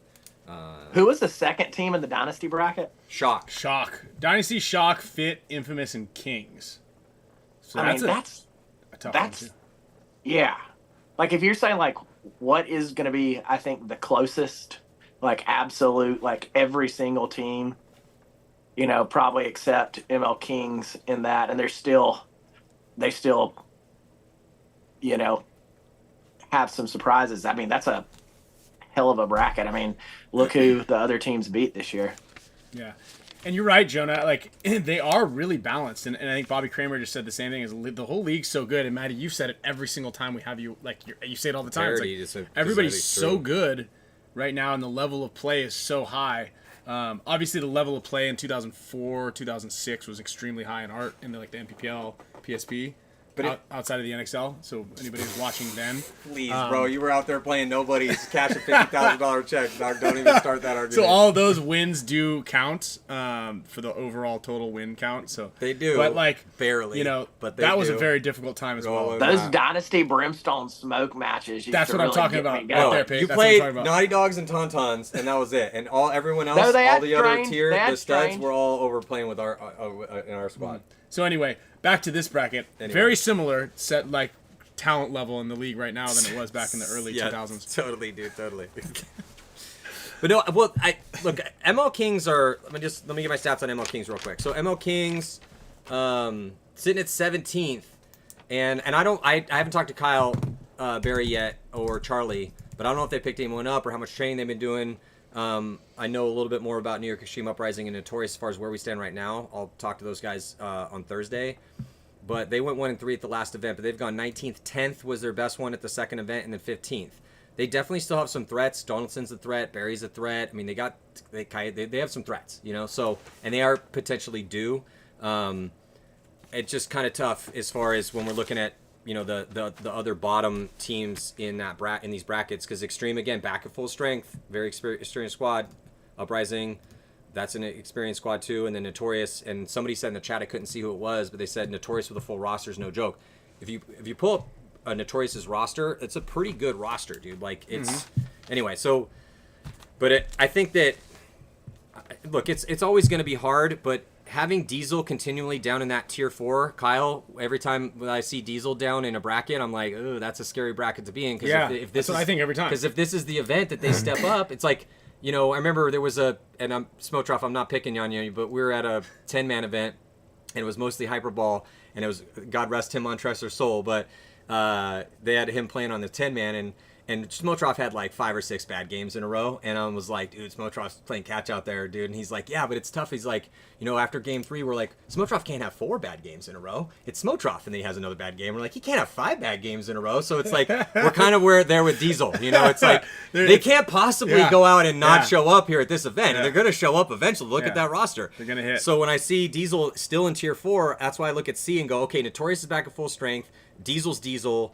You know, they're due eventually here, and then you have Aftermath and Impact and X Factor. I'm like, maybe it's C, you know? I don't know. Again, I'm not dying on this hill necessarily, but this is why it's open for discussion. Love to see what the chat thinks. And then, Kyle, what do you think, dude? I think it's C. I mean, yeah, okay. What do you think? I mean, I think the exact same thing again about Infamous, right? Yeah, because we play them all. Yes. We've been playing them like back and forth for millennia. You know what I mean? Yeah, Infamous. And it's that's like, a good point, dude, that's a good this point. is like one of those times where it's just they're close matches, and and some of them should be even closer. And it's like, fuck, is this one? And it's almost, dude. I remember actually, it's funny. It was Infamous back in the day too. There was an event when Infamous, I think John Richardson was sick. He was like ill sick. And I think I remember this one. it was like in Tampa or something like that. yeah. And they were down to that's where they came up with the term Skeleton Squad. That's like the whole brand is around the Skeleton Squad. And it was when they were down and their backs were against the wall. We're like, dude, this is all we got. These are the guys these are the 7 dudes that we're running with. And Jonah, you're gonna play every single point. That's just because there's no one else to go. And so that pressure there, it's a make or break moment. Yeah. And That was LA, wasn't it? I thought it was Tampa, but it could. I don't really recall exactly. I remember that when that happened. I'm like, "Where's Johnny?" And You yeah, know, 'cause we used to call him Johnny Paintball, you know, JR, but whatever. Yeah. We're like, where's he he was at? like, And he's like, oh, bro, he had he's COVID like, before COVID was even a thing. yeah, he was like dying, and they're like, he's dying in the hotel room right now, bro. Yeah. We don't even know if he's alive. This is all Phoenix we got. 08, someone said, but yeah, someone will give us the give us. Wasn't that like Glenn Takamoto's first events, because they kept running the same 3 guys in those, like, it was like a can, a tall Aztec, and I can remember this because it like was PSP pretty, Phoenix? Everybody says it's PSP Phoenix. Yeah, it's pretty Yeah, it amazing. might have been Phoenix, yeah. But yeah, Jonah, like that's I mean, obviously we have to play you, but like that's the scary thing is like every time that we play Infamous, it's like, A, it's not an easy match to begin with, and B, it's like, well, we've beaten you guys so many times that like we've been on a little bit more of a run lately, and it's like, all right, this is that one. Like that's not a team that we want. I'd much rather have Iron Man. I have every team you lost at least this year. My Yeah, I mean, poor it goes team. back and forth like these last few years. Yeah. You know, like I completely agree, and it's cool to like there's almost like this rivalry that like you said has been going on for like a millennia, and you see it kind of going back and forth over the years and stuff, and it kind of goes, it's the pendulum swings back and forth. Sure. So we'll see if this is the one. Well, you guys have only played each other once this year, and I feel like we played every and you event. won that one by 3. That was in Atlantic City. And I have everyone we played and lost against. But yeah, it's obviously like a historic. But it's like, okay, just like we talked about Diesel, I agree with you 100%. Is that okay? Having Infamous in Tier 4 makes D scary. And why is Infamous in Tier 4? Well, one bad event. I mean, Dynasty had a bad event, didn't make a Sunday, but they didn't lose every game. So like when you start going down and have a really rough one like that, kind of messes up with the series overall rankings, and then all of a sudden you got a team like Infamous or Diesel. And then now it's like we're looking at these brackets going, Jesus Christ, dude, I don't want Infamous or Diesel in Tier 4, like that's rough. But it does make those brackets harder. But yeah, with Infamous in Tier 4, Diesel, that bracket that's a rough one too. I just feel like the Texas event really changed the way this season has gone this year. I mean, it was such an interesting layout that you saw like some really unpredictable results out of like the prelims and in the finals. So like it was just very interesting to see how that one event like affected the rest of the season. Well, how is the mentality, Jonah, for you guys? I mean, it's coming into the year. I remember seeing you guys up in Sacramento, and I was like, looking at the roster. I remember talking to some of the leaders of the team, and I'm thinking, maybe this is going to be a really good year for Infamous. I think they got a roster they could win a tournament with.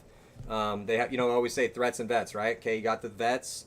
You have the threats that have been worked on for years. So I thought Sam Silberg is a good pickup for you guys. He ends up being your go-to guy on the D side.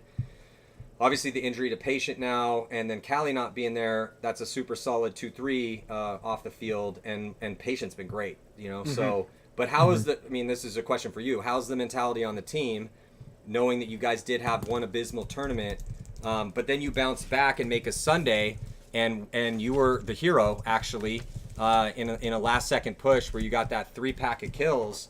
You shot that outside body and had that run through to finish the game, 23 seconds left, and punch your guys' ticket into the quarters.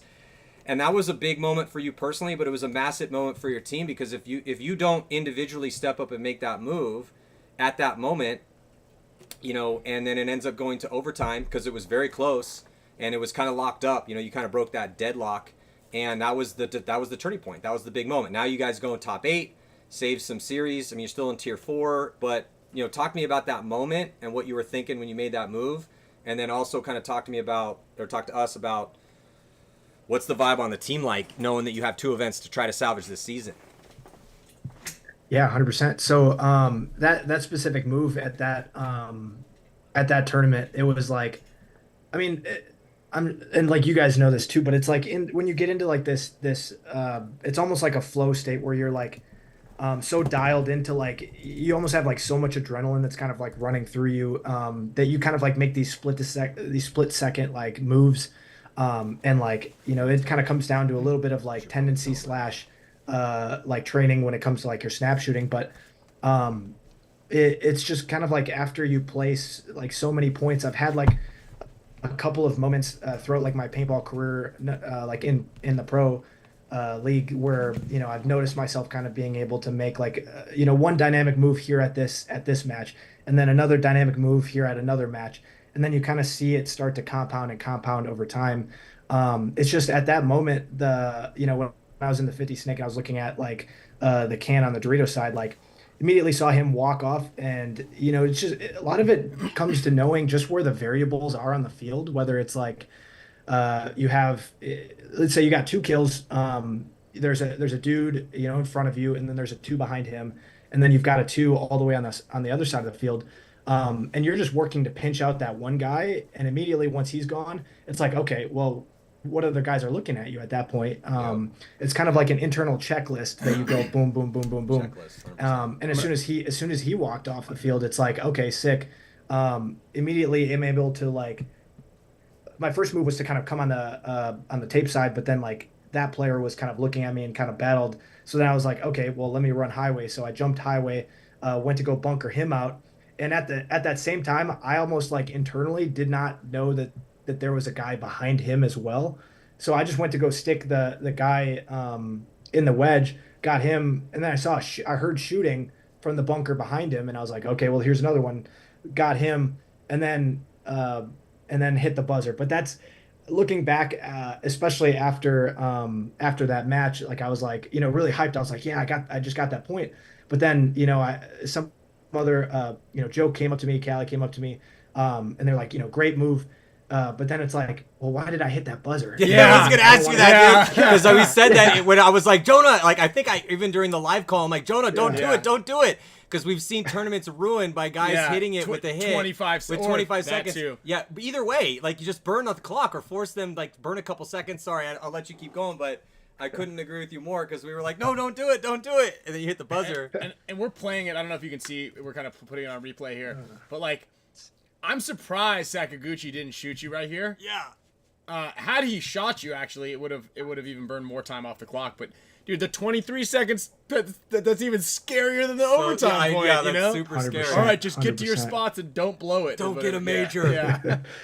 I know, and I was thinking about that after the fact too. I was like, well, immediately after the point, I realized that, and I was like, shit, there's still a chance. Like, because I mean, a lot can happen in 20 seconds. A lot can happen in like 15 seconds. You know what I mean? We've seen like the Russians pull out like a freaking crazy. I think that was 8. What was that? Like 8 seconds? Well, there was a 7-second point for Heat and a 9-second point for Legion, and then we've seen like dozens of 15-second points. 15, yeah. Oh yeah, that's like more than I can count.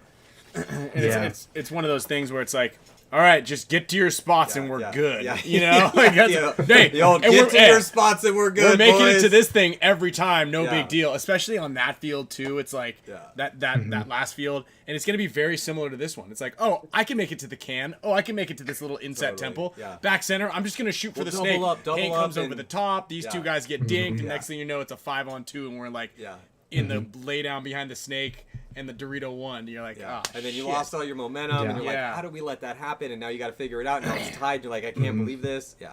Yeah, 100%. Or someone gets nicked in the pack, and you get like a penalty, right? Or, something like that, and then you lose that point. And there goes your momentum going into like an overtime.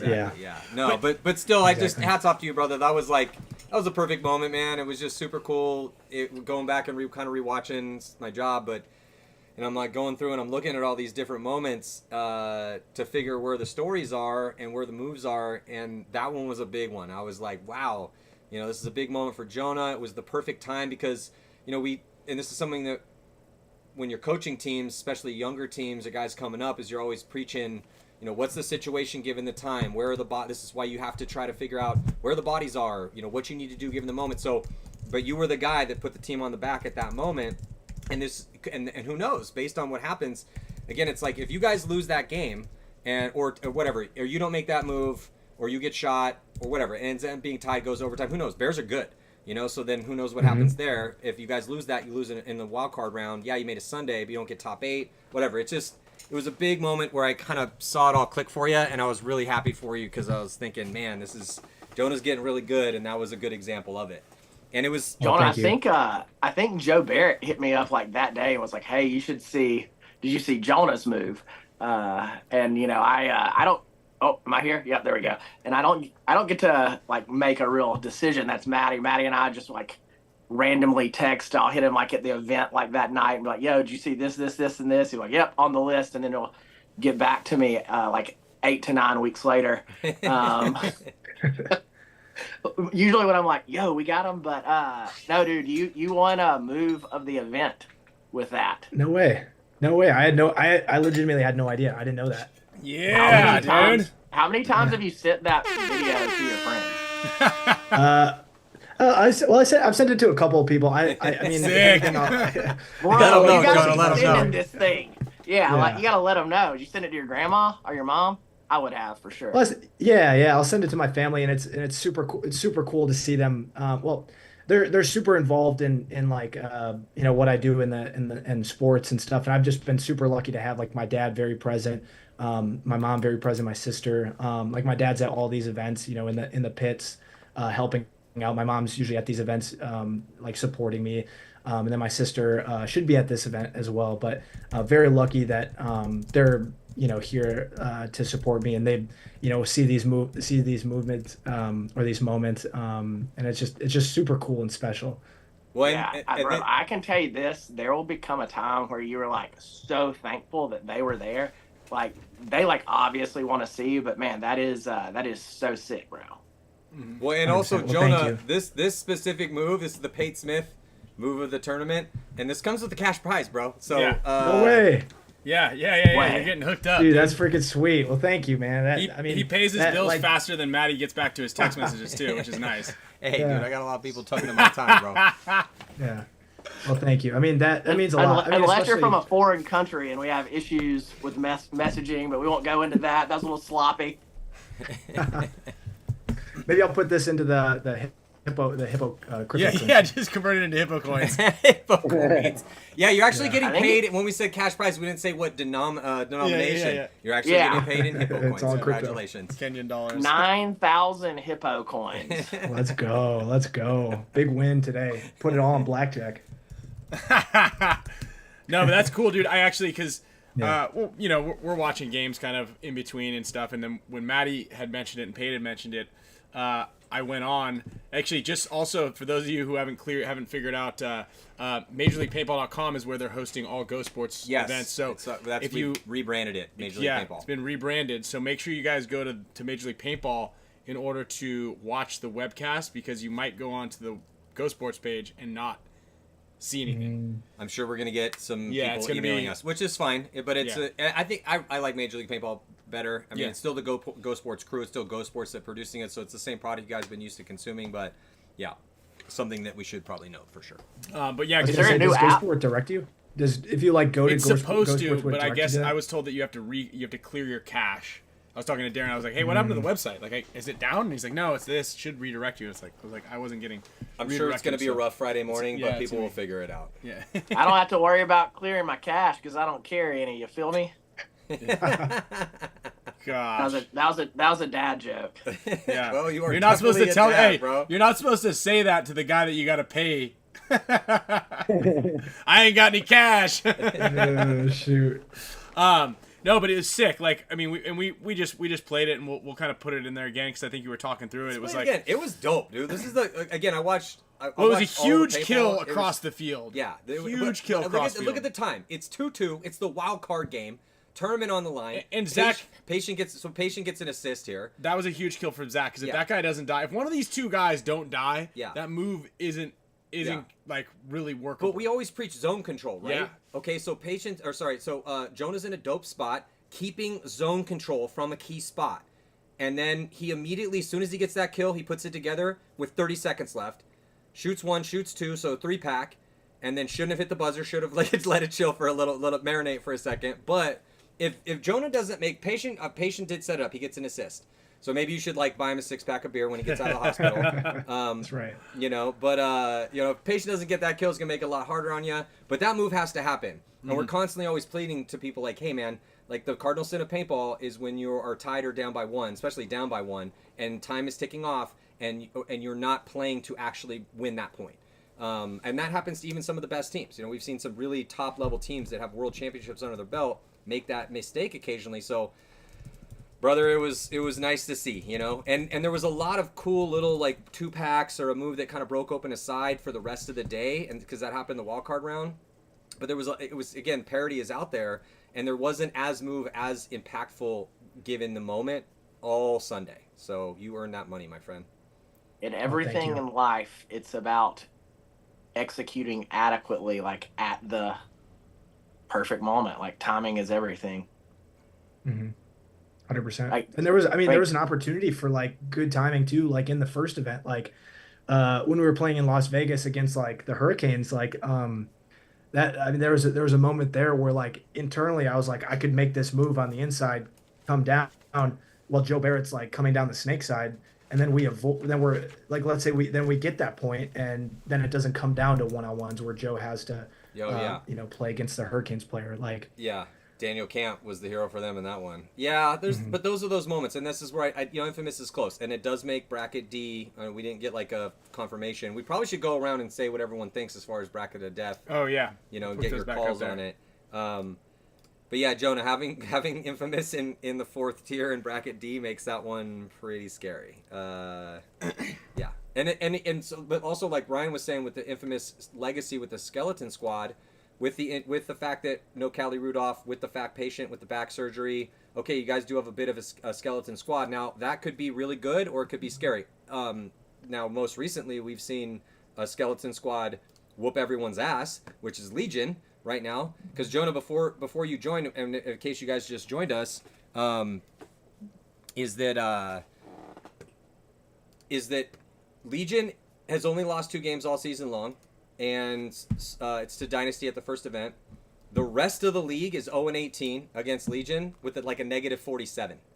And they're playing with 5 dudes. And those 5 dudes get really, really, really, really, really comfortable, and they have the gas to do it. So, you know, that's Which is what's crazy. possible. I always joke, I'm going to say, like, they're one bad meal away from, you know, getting relegated. You know, it's like you're rolling with 6 guys and you guys all go eat, like, gas station sushi for some crazy reason. And that team is just fighting for the porta potties, and it's curtains for them. It's it, you know. All those Russian guys, I'd watch out Ryan around my water. That sounds like how he plans on taking the W of this event. Yeah, a little Visine in the water. But yeah, what do you guys think of the brackets? I think a lot of people in there said bracket C, bracket D. I think C and D are definitely, you know, it certainly is even across the board. I think Red Legion has easily the easiest bracket as far as a top team goes. Hi, Sloan. And then we have the schedule up there as well. If you guys want to, You drew your name too. we should do You some wrote your picks. name. Nice job. And I'm gonna write them down. So we're gonna rattle it off. I guess lightning round style here. So we've got first one is Impact versus Diesel. And keep checking the Zoom link. I will. Open it. Impact versus Diesel. What do you guys? What do we got? Well, I mean, I would love for Diesel to become what we think they can be, and for that to be an amazing game. Let's look at the real quick. I don't have every single one quite yet, because I still got to do a few of these notes. But let's see. Jonah, what do you guys think? Kyle, I'm Mike Arena Factory. Mike Arena Factory. Yeah. Okay. Sorry, Kyle. I think I'm gonna go with Impact on that one. Okay. I'm going with Diesel and Kyle. I think that I was gonna go for them, but I'm worried Mike will beat me up. So me too. Hopefully not. Mike's not watching this. They haven't played each other this year. I know his boy's watching it, and his boy's gonna text Yeah, him. we haven't, Diesel actually. Diesel has not played Impact this year, and Impact is 10-5 overall, and they have not played each other this year. I mean, on paper, I have to go with Impact. Impact just came off an event where they had to play Legion in a close battle. It was one of the closest games that Impact, I think, might have been the closest game Legion had all event long. And Impact looked, other than Legion, Impact looked the best at the last event, and they met each other in the semifinals. So on paper, I got to give that one to Impact if they're going to bring the same, power they brought to the last event. But I would love to see Diesel. I would love nothing more as a paintball fan to watch Diesel step up and win this tournament. That would be an amazing paintball story, a redemptive moment, and it would start with winning that game against Impact. But on paper, Impact should be beating Diesel right now, based on what we've seen recently. 5-3, probably. If Diesel Damn, beats Maddie's going for the Impact, Maddie has tiebreaker. to It's gonna be shave his 5-3. Well, we're gonna see a lot of Dude. points. We're gonna Okay, see a lot Shock of versus points. Infamous. Jonah, I'm gonna put you down. Sorry, say that again. Shock versus Infamous. Oh, Infamous, easy. Easy. Got it. Yeah. Okay. Kyle and Pate. Infamous. Okay. Sorry. I'm gonna go Shock on that one. Maddie. Infamous has not Kyle, played Shock. 0-2. Infamous has not played Shock this year. I mean, again, I have to go with Aftershock on paper. Maddie's going stats. Maddie's sticking strictly to the stats on this one, guys. I'm a betting man. Why the hell would I not? That's true. That's true. I'll tell everybody what's The what's at Dallas stake. tournament though was like a complete switch up.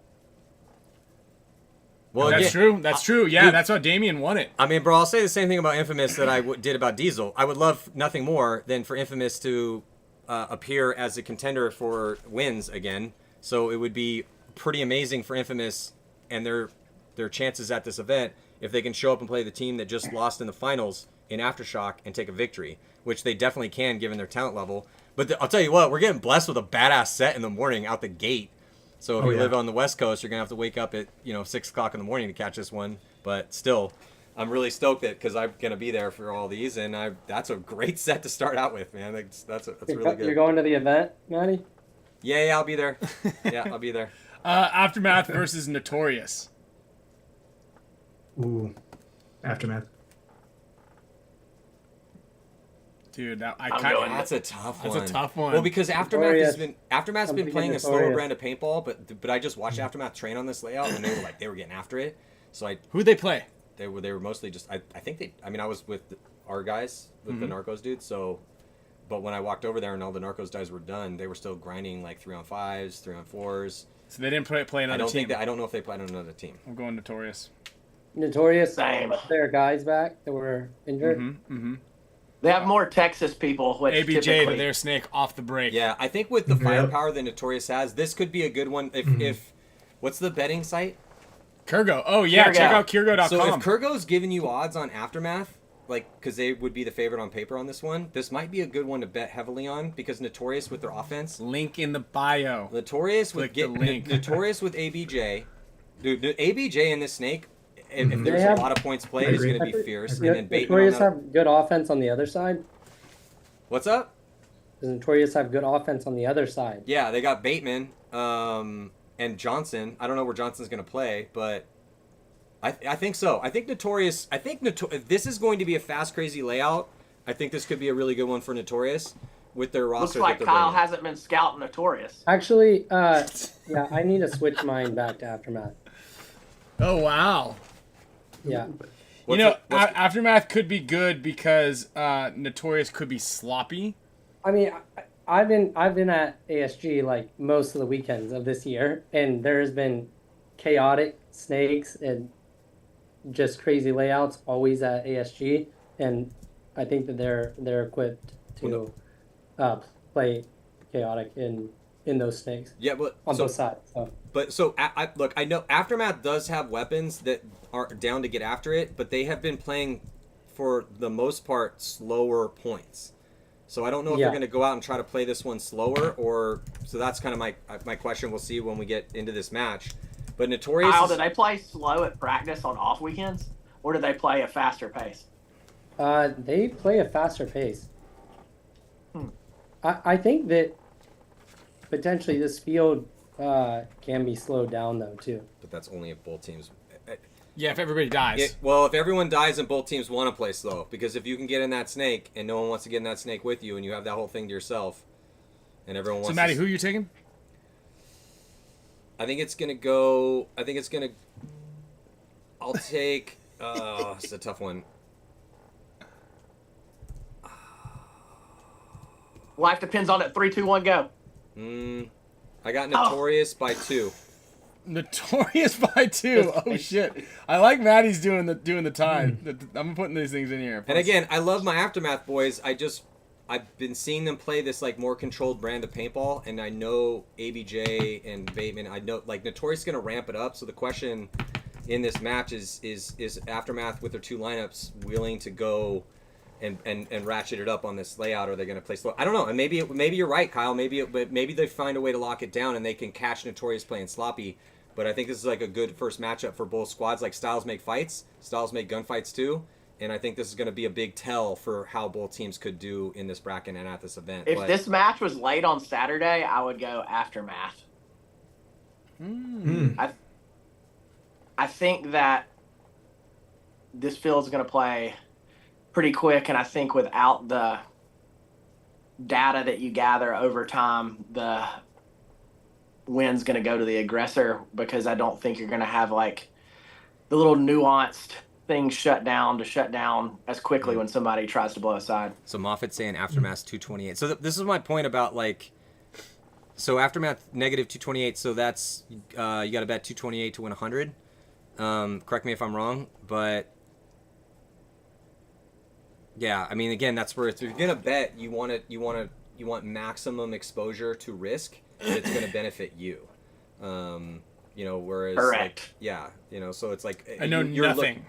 You're looking for you're looking for an underdog that has what you think is a much better chance than the odds say. So like this is one of those situations where I'm like, You can because- definitely catch Let's that. move on. We got a lot Whatever, more dude. Well, games let's move to on. We play. got a lot of games, bro. We could discuss this forever. I agree with you, Stats. Kyle. Sorry. Fit and MLK. Fit. I got fit by 3. Jonah? I got fit by as I many think as I I think want. fit. I think fit too. Yeah, for sure. X Factor and Diesel. Diesel. Diesel.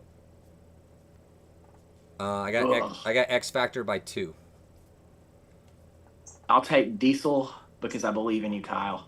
It's 8. Kyle, I love you, and you know I love you, but until you guys prove that you can go deep, like, I'm going to be taking a team that's made it to the finals. That's fair. I'm not taking anything personal.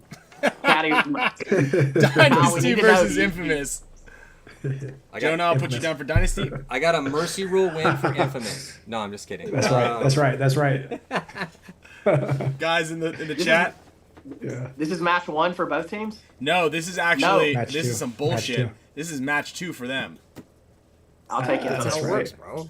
I mean, that's how it works for somebody, and it always happens to be us playing a team. We're going in cold. That's how we had to do it last time too. I think You guys are good at Oh, we'll this. be warmed up. Fine. some bullshit is what it is. You want to play at 80? You want to go first? I mean, I'd The like to answer play that at 10. is I want yes. to play 10. I want to play at 10 first. I want to play 10 first, and then Yeah. Yoon is our second game. All right, what do you guys got? Kyle, Maddie, Pate. I'm gonna go with Dynasty on this. Yeah, I gotta go Dynasty. I think Dynasty's gonna win by. I think Infamous could be good on this field.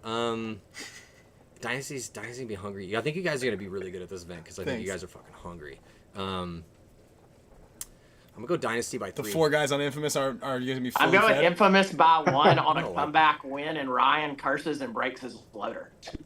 Okay. Spikes into Very, the ground. very definitive there. Do you have like an old lady with a bunch of my hair and a bunch of chicken bones in the backyard that's calling the shots for you? She actually works at Remitly with me. Yeah. Impact versus Notorious. Impact. I'm going Impact. Yeah, yeah. Kyle, you trying to get one up right now on the schedule or go down one? Impact. Yeah. I'm Shock versus glad we play those 2 teams do at the beginning, Impact and X Factor, because they got smart dudes. But right. If we play them the second day, they're able to watch us a lot. It's a little more difficult. Shock and ML Kings. Shock. Shock. I'd like to see ML Kings kind of make a play, but I think it's probably gonna be Shock. Yeah. We would all like ML Kings to make a play, but I'm also going to go Shock. Probably by like 3. Ooh, plus 3, huh? I think it's gonna be more than that. Could be. Mine is shock by as many as they want to win by. Yeah, right. X Factor Aftermath. X Factor. I think. Yeah, I got X Factor too. Maddie, Pate, Kyle, X Jonah, Factor. Ryan. Dynasty versus Fit. Mercy rule win Dynasty. for Fit. No, Fucker. sorry, I'm just Dynasty. kidding. No, that was in Texas. No, I'm just kidding. You guys only lost by 1. Paintball Fit has beat Dynasty, ladies and gentlemen, this Yeah, year. so hey, why don't you bet Yes, the stats they then? have. Why don't you bet the That's stats? not- that is not betting Why the don't you stats. bet the stats then? There, Paintball Fit doesn't have fucking no, statistician. No, that's not betting the stats. I'm taking It would fit depend by on how 1, many points you get. Ryan breaking his second loader. PB Fit has a 5-7 record for the year, and they've won 5 games, but you guys are one of those games. That's it. That's what I'm saying. Bet the stats, fool.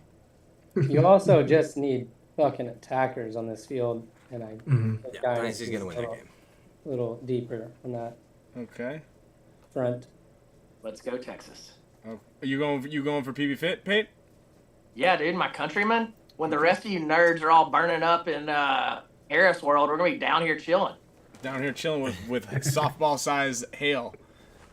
That's true. right. That's how you gotta be. You gotta be close. You gotta be close. You gotta be close to all those claims. All right. true. Hurricane's coming. We got softball size hail bashing in all the cars and the roofs. This All one- PSL. This one's this next one's interesting because Hurricanes and Ironmen. Ironmen.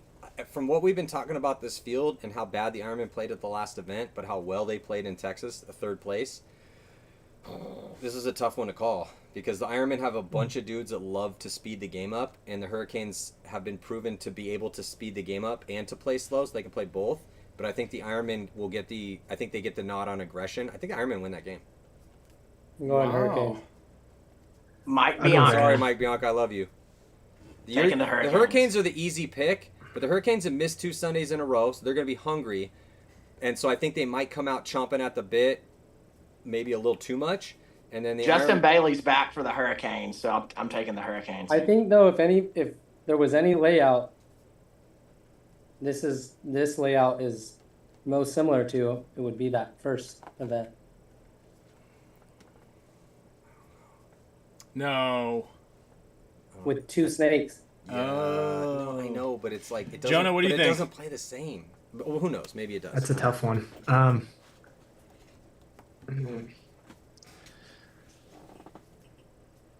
gonna go. This is gonna be. I think this is gonna be a close one, but I'm gonna go with Ironman. I'm gonna go with Ironman. This is the one right here. This is the one that really divides everybody. Yeah, and puts someone up ahead. I just watched a lot of because having to go through them. I don't know. The Ironmen have a lot of dudes that want to throw punches and play fast, and if they can, and they also have good off the break shooters too. The Hurricanes have that as well. This is a tough one, man. I think this is gonna be a battle. I think it's gonna be a high scoring game that I don't know, and I think the Ironman might get the edge.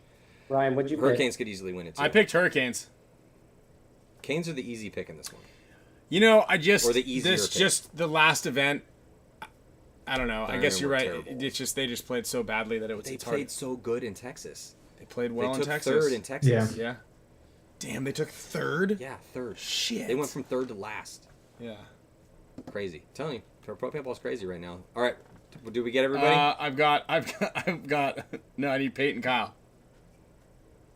I said Hurricanes. Oh, you did. Hurricanes. Okay. Yeah. All right. Pate can't not pick the Hurricanes, dude. He's a Bama fan, bro. He's That's not true. trying to get assassinated by Mike Bianco in his sleep. Damage versus Blast Camp. Damage. Damage. Yeah, damn. Woof. By how many, Matty? 3 and 3 or 4. Damage is going to be hungry Yeah. on this one, and damage. Yeah, might, I agree. I think I agree. damage could probably win by probably 3. Revo versus NYX. Revo. NYX.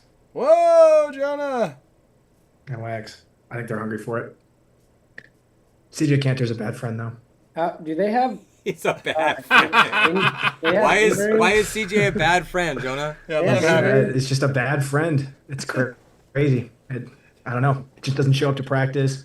Never invites me out to drill with him. Sad. Does he have They like have- kids or an they have excuse injuries. or No. no? Just No straight bad excuse. friend. Okay. Yeah. I just want to know what I should be giving him shit for when I see him on Thursday. Yeah. Greg Sewers shouted it out on the webcast.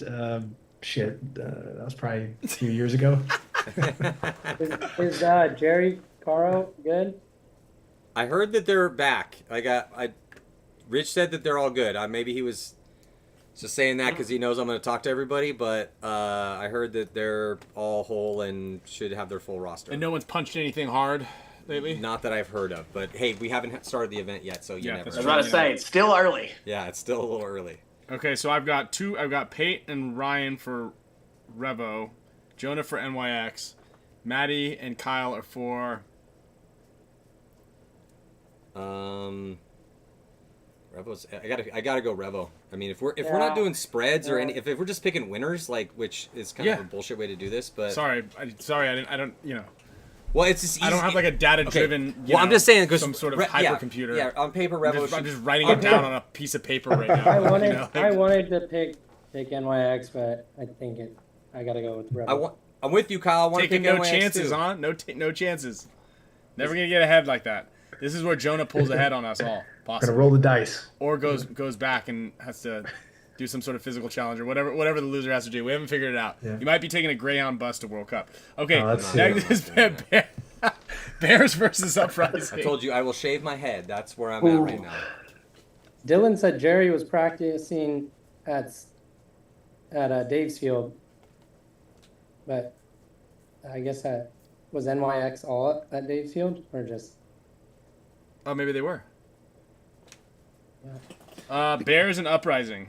This would be a good one. That was a good breakdown from whoever that just was. Alex and Nate back together. We're going Uprising. J.A. Alexander had a pretty good breakdown. You're going Uprising? Yeah, dude. Hey, J.A. Alexander, I don't disagree with you on that. Yeah. That's actually Ironman a really has good speed breakdown. and strong back line of Sense and Omar, I guess, but their ones are not as disciplined as Kane's ones. Ironmen are not as united machine like the Canes are. Canes that's are disciplined well. True. That's all true. Fair That's point. all facts. True. That's all facts. Facts. Somebody hire this Facts guy on is the Major Floridian League Yeah, Baseball. get him on the ticket. Yeah. Get him in here. Yeah. Oh yeah, NYX practiced impact up in NorCal. That's good practice for them. That's a good one. That's a good practice for them. Okay, we're All right, Bears and Uprising. I'm gonna take. Ooh, I don't know. Fuck, I feel like Uprising is gonna do it. I'm gonna take Uprising. I would, dude. Again, They're gonna go up 3 or 4 points, and I'm gonna be like, I won this one, and then they're gonna lose 5 points. It's like I was literally just about to say that. in a minute and 20 seconds. Who? Uprising versus Bears. Who you got? Hugo's a missile. Yeah. And He's sick. He's good. 19-year-old phenom from France. Hugo. That kid's good, dude. Vernegue, I believe. Vernegue. I think Don't is ask how me, they bro. say it. I don't speak Anyway, French. and he's he's adding to a team full of like reckless attackers. So I'm just wondering how much discipline the Bears are going to have in the close, and but they have him. They in have now Mike to yell Hinman. at. If you mess up, you're gonna get hit in the forehead with a clipboard. Yeah. So I'm going with the Bears. The Bears, Kyle, Jonah, Pate. I had the same exact thought as you. Like they're gonna go up points, and then like if they could just find a way to close. And I think with Nate and the other addition, I'm thinking that might help a little bit. I'm gonna go with Uprising. Let's go. I'm going Uprising by 3. Okay, Pate. I like it. Yeah. Maddie. Step out on a limb here, Maddie. I might ride with you guys. I think adding Nate, if Nate cannot blow his shoulder out, having a snake in front of him that he has to dive into, like I think that Uprising. I think it could be a close one. I might have to go. Nah, I gotta go Bears. Oh, Maddie, Bears. All right. Russians versus Iron Man. I think this would be a tough one. Probably gonna Russians go by Iron Man 4. on this one. Kyle, I you're think going the Iron? Russians. I think All right, the Russians. I got Russians. Maddie, Don't put that Kyle down. has Iron Man, Pate. No. And Kyle. Okay. Heat versus surprised Blast they- Camp. I'm kind of surprised they practiced. Like Russians and Iron Man were at the same practice as us. at Oh, they last were? camp. Oh, they were. Yeah. Heat. So who'd you go with, Jonah? I went with Red Legion, but I don't know. It's too late to change, Kyle. Stop being like Yeah, that. you should. not Well, gonna- you didn't I'm not give us gonna any. change. You didn't give us any Iron Man insight when the first time. the Yeah, Iron Man I was came trying to around. get the Iron Man insight. Yeah, dude. I got He Heat. knows how to compete. That's why. Heat has already beat Blast Camp this year in in Texas in the prelims. I'm going Heat. Heat. I'm gonna go Heat. I would love to see a Blast Camp come in there, but I think Heat. Yeah, but Heat does really well in the prelims. Yeah. They're a great prelims team. I mean, they're a great Yeah. team in general, but I mean, especially good in the prelims. yeah. They dominate. We've got Hurricanes versus NYX. Roll I mean, Canes. he's Jason lost, Matos' Iron Man don't even show up to the match. Heat has lost one game in the prelims all year. Hurricanes versus NYX. Hurricanes. Maddie. Canes. Pate. Ryan. Kyle. Jonah. Your boy. Doc is in for Yeah. NYX. Most people are voting on Canes right now. I think Preston's going. For I'm a roll the dice. I'm gonna think NYX. Let's go, Jonah. Rolling the Let's see. dice. I mean, Damage versus Uprising. Ooh. Damn it. We got a lot of Damage. NYX guys coming in here. Damage. Damage. Maddie. I gotta go damage. Damage. Mhm. Stats don't lie. Pate, you're going Uprising? What's wrong with your Step face? out on a limb. I'll step out on a limb here, and I'm going to take Uprising in an upset by 2. By 2. Mm. Dude. Dude, He's got an old lady sitting on a pile of sticks with chicken bones and Yeah. and like voodoo dolls and wax candles. Yeah. Shit, it's got all that stuff out in the hippopotamus backyard. hair. Dude, all that stuff, and she's over there like with no teeth, like couple Yeah. teeth, something like that. 100%. Yeah, I've seen those people up in the down in the south, up in the. It's because I drank out of the water hose at my grandparents growing up. It just gives you you different- could see the future. I got Yeah. this innate ability to call the future of paintball games. Russians versus Revo. Legion. I'm gonna go with Revel on an upset. Oh, dude, Jonah going Dang. for I'd broke. like to see it. I'd like to see it. I mean, well, there's lots of things I'd like to see, Jonah, but you know, like you're gonna have to shave your head if we lose this. I'm just keep pushing that because I have to shave my head all the time. So It's already I'll take shaved. that. yeah, it's already We shaved. might have to bleach it. We're not sure exactly. We might have to do the flip phone, go vegan for the I month. don't know if Something's Jonah happening. knows about the rules of this game yet. Yeah. We're not totally sure. We still got to. It's gonna go up for committee on what we have I to was do. about to say nobody knows the rules. You haven't like. We gotta get your bets down. Once they're down on paper, then we just make the rules afterwards. I was gonna Yeah. make something. Jonah, one time Ryan lost and he had to kiss Skinny Kevin on the lips. I did it. Oh shit. Oh shit. Oh shit is right. Yeah, so you might have to kiss Travis. Like there's all sorts of things that could go down. Yeah. Skinny was stoked, dude. That was the Yeah. first time he This he Jay scored Alexander in a guy while. Dude, one keeps throwing time in I some won good and they ones. made me do a cash out refi and send them the balance. Didn't FRAIGE have to do like a red lipstick? Yeah, Or, yeah, or a yeah. bite? I'm not That was kissing for your Super feet, bro. Bowl, though. Like, that's Oh, not. Alex I had to, gotcha. yeah, and then I got him actually drawn onto my cleats. It was good. We had to shake on a bet like that, and this is not that situation. Also, shout out to this Jay Alexander dude. You're throwing in some very thorough breakdowns of these that I appreciate. And then also Christian. Yeah, I've read Hugo's name, but can you give me the phonetic pronunciation on that? Because I believe it's Vernegay, but it could be Vernegay. I'm not exactly sure because I'm terrible at the French. But Verhage? Help me out on this one because I'm Yeah, gonna have to say that his one's name tough. all weekend long. And the last time I had to say his name was in. It's just gonna be Hugo probably. Yeah, it's It's gonna Hugo. go Hugo. Yeah, yeah. Hugo's super easy to pronounce. Heat versus Bears. He, He, Heat. Heat. Yeah, I gotta go Heat. Maddie, Kyle, you got Bears? Yeah. Pete, I literally think that Heat has. I think Heat's lost one game in the prelims all year. oh, I got Heat. Mm-hmm. Are we doing You guys everyone going on a limb for Saturday? Heat, right? Yeah, everybody went on a limb for Heat. Do you guys want to do the next one, or should I just have you guys text them in case? Let's text them because Yeah, text them in. Yeah, you got it. You got yeah, kids. I mean, So we'll have you guys text. We'll text in the next ones because it's not getting any cooler in this garage right now. Tell you I'm glad I'm what. wearing a black shirt. Yeah. So there's gonna see Oliver was in here last the week. booby sweat. You know. With Oliver was in there last week, and granted, I believe he's lost a little bit of weight, and his hair is cut, but he's wearing like denim in here, and it was cooking last week, dude. He was wearing pants. I mean, I got no shoes on right now. Like I'm still. Yeah, I got like shorts on, and Yeah. I definitely wore I like this monkey with a gun. You guys shirt, got but it's, like, a AC little too everywhere. thick. You guys got air conditioning where y'all at? yeah Sounds nice. Sounds Yep. nice. Kyle, where are you? at my house? Why didn't you go down? He got the sickness, bro. I got bronchitis this weekend, so I'm just I think I'm good now, but I'm on antibiotics. Did you get Yeah. it from being Yeah. at practice or doing quarantined him. crazy things after No, I got it. practice? I got it before, and then it just like Thursday when I was fine, I got to practice, and Ryan Gray's like, "You need to go to the doctor in the morning." I went, and they gave me like a steroid shot, They've taken 5th place. antibiotics, inhaler, the whole deal, and then I just played all 3 What days. type of inhaler did you get? I don't know. What I they believe give it's pronounced fentanyl, but I'm not sure. No, this is what I got.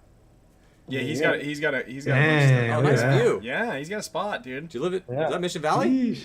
Yeah. Nice, pretty. Something Butrol or something. I don't know. Mass Mutual. Washington Mutual. butyl inhaler? Yeah. How Profiterol? Butrol? And so yeah, are they doing? They're gonna have an injury. We've had an injury report, so the teams are supposed to be telling Jason who's injured today Oh wow. or yesterday. Okay. So that's supposed Maddie, to is come out. that because of betting?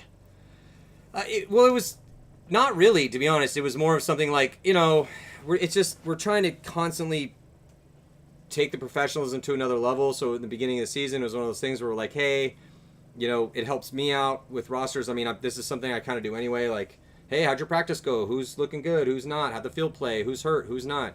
So, but to get that to the public, especially now with the fact you're betting on paintball. But yeah, so it's just something the league's been trying to do, and Jason's been trying to stay up on everyone on. It's just, I think that's good because to obviously actually get I can't legally gamble in my state on sports betting, but if I could, I would wait to the very last minute on paintball because of the just amount of injuries to like one key player can swing things. So, like if a J-Rab like breaks his toe, like Plus, that's you probably show what- up to the event, and you could easily influence that relatively easily if you need to like put a ski mask on and Go Nancy Kerrigan. Yeah, literally, I was Yeah. like, just go. I got 180 bucks bet on this one. Just Tanya Harding somebody.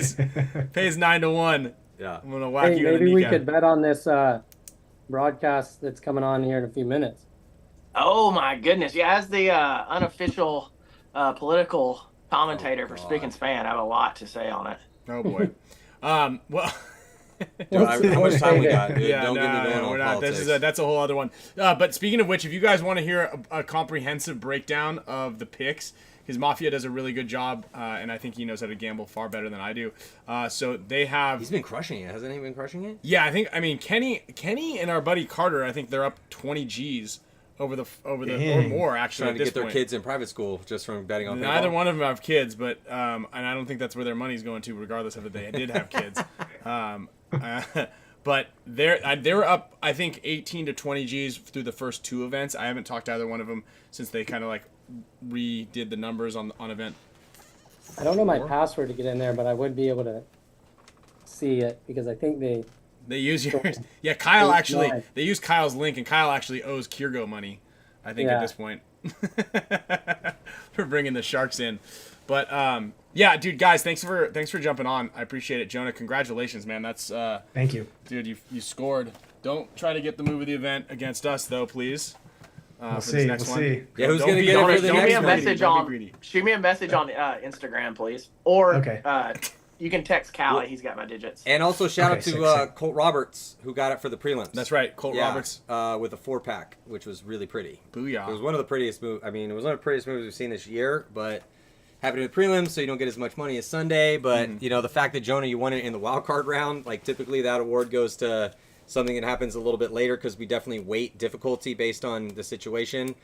But I just didn't see anything better, you know? I mean, there was a couple other ones that were kind of close, but I'm like, yeah, you literally won the game for your team. Like, and you guys desperately needed a win after a last place Dogs finish. I'm gotta like, eat, man. Dogs gotta eat. level of difficulty 10 to 10. I was like, that was, you know, so congratulations. Well, thank you, Maddie. I appreciate that.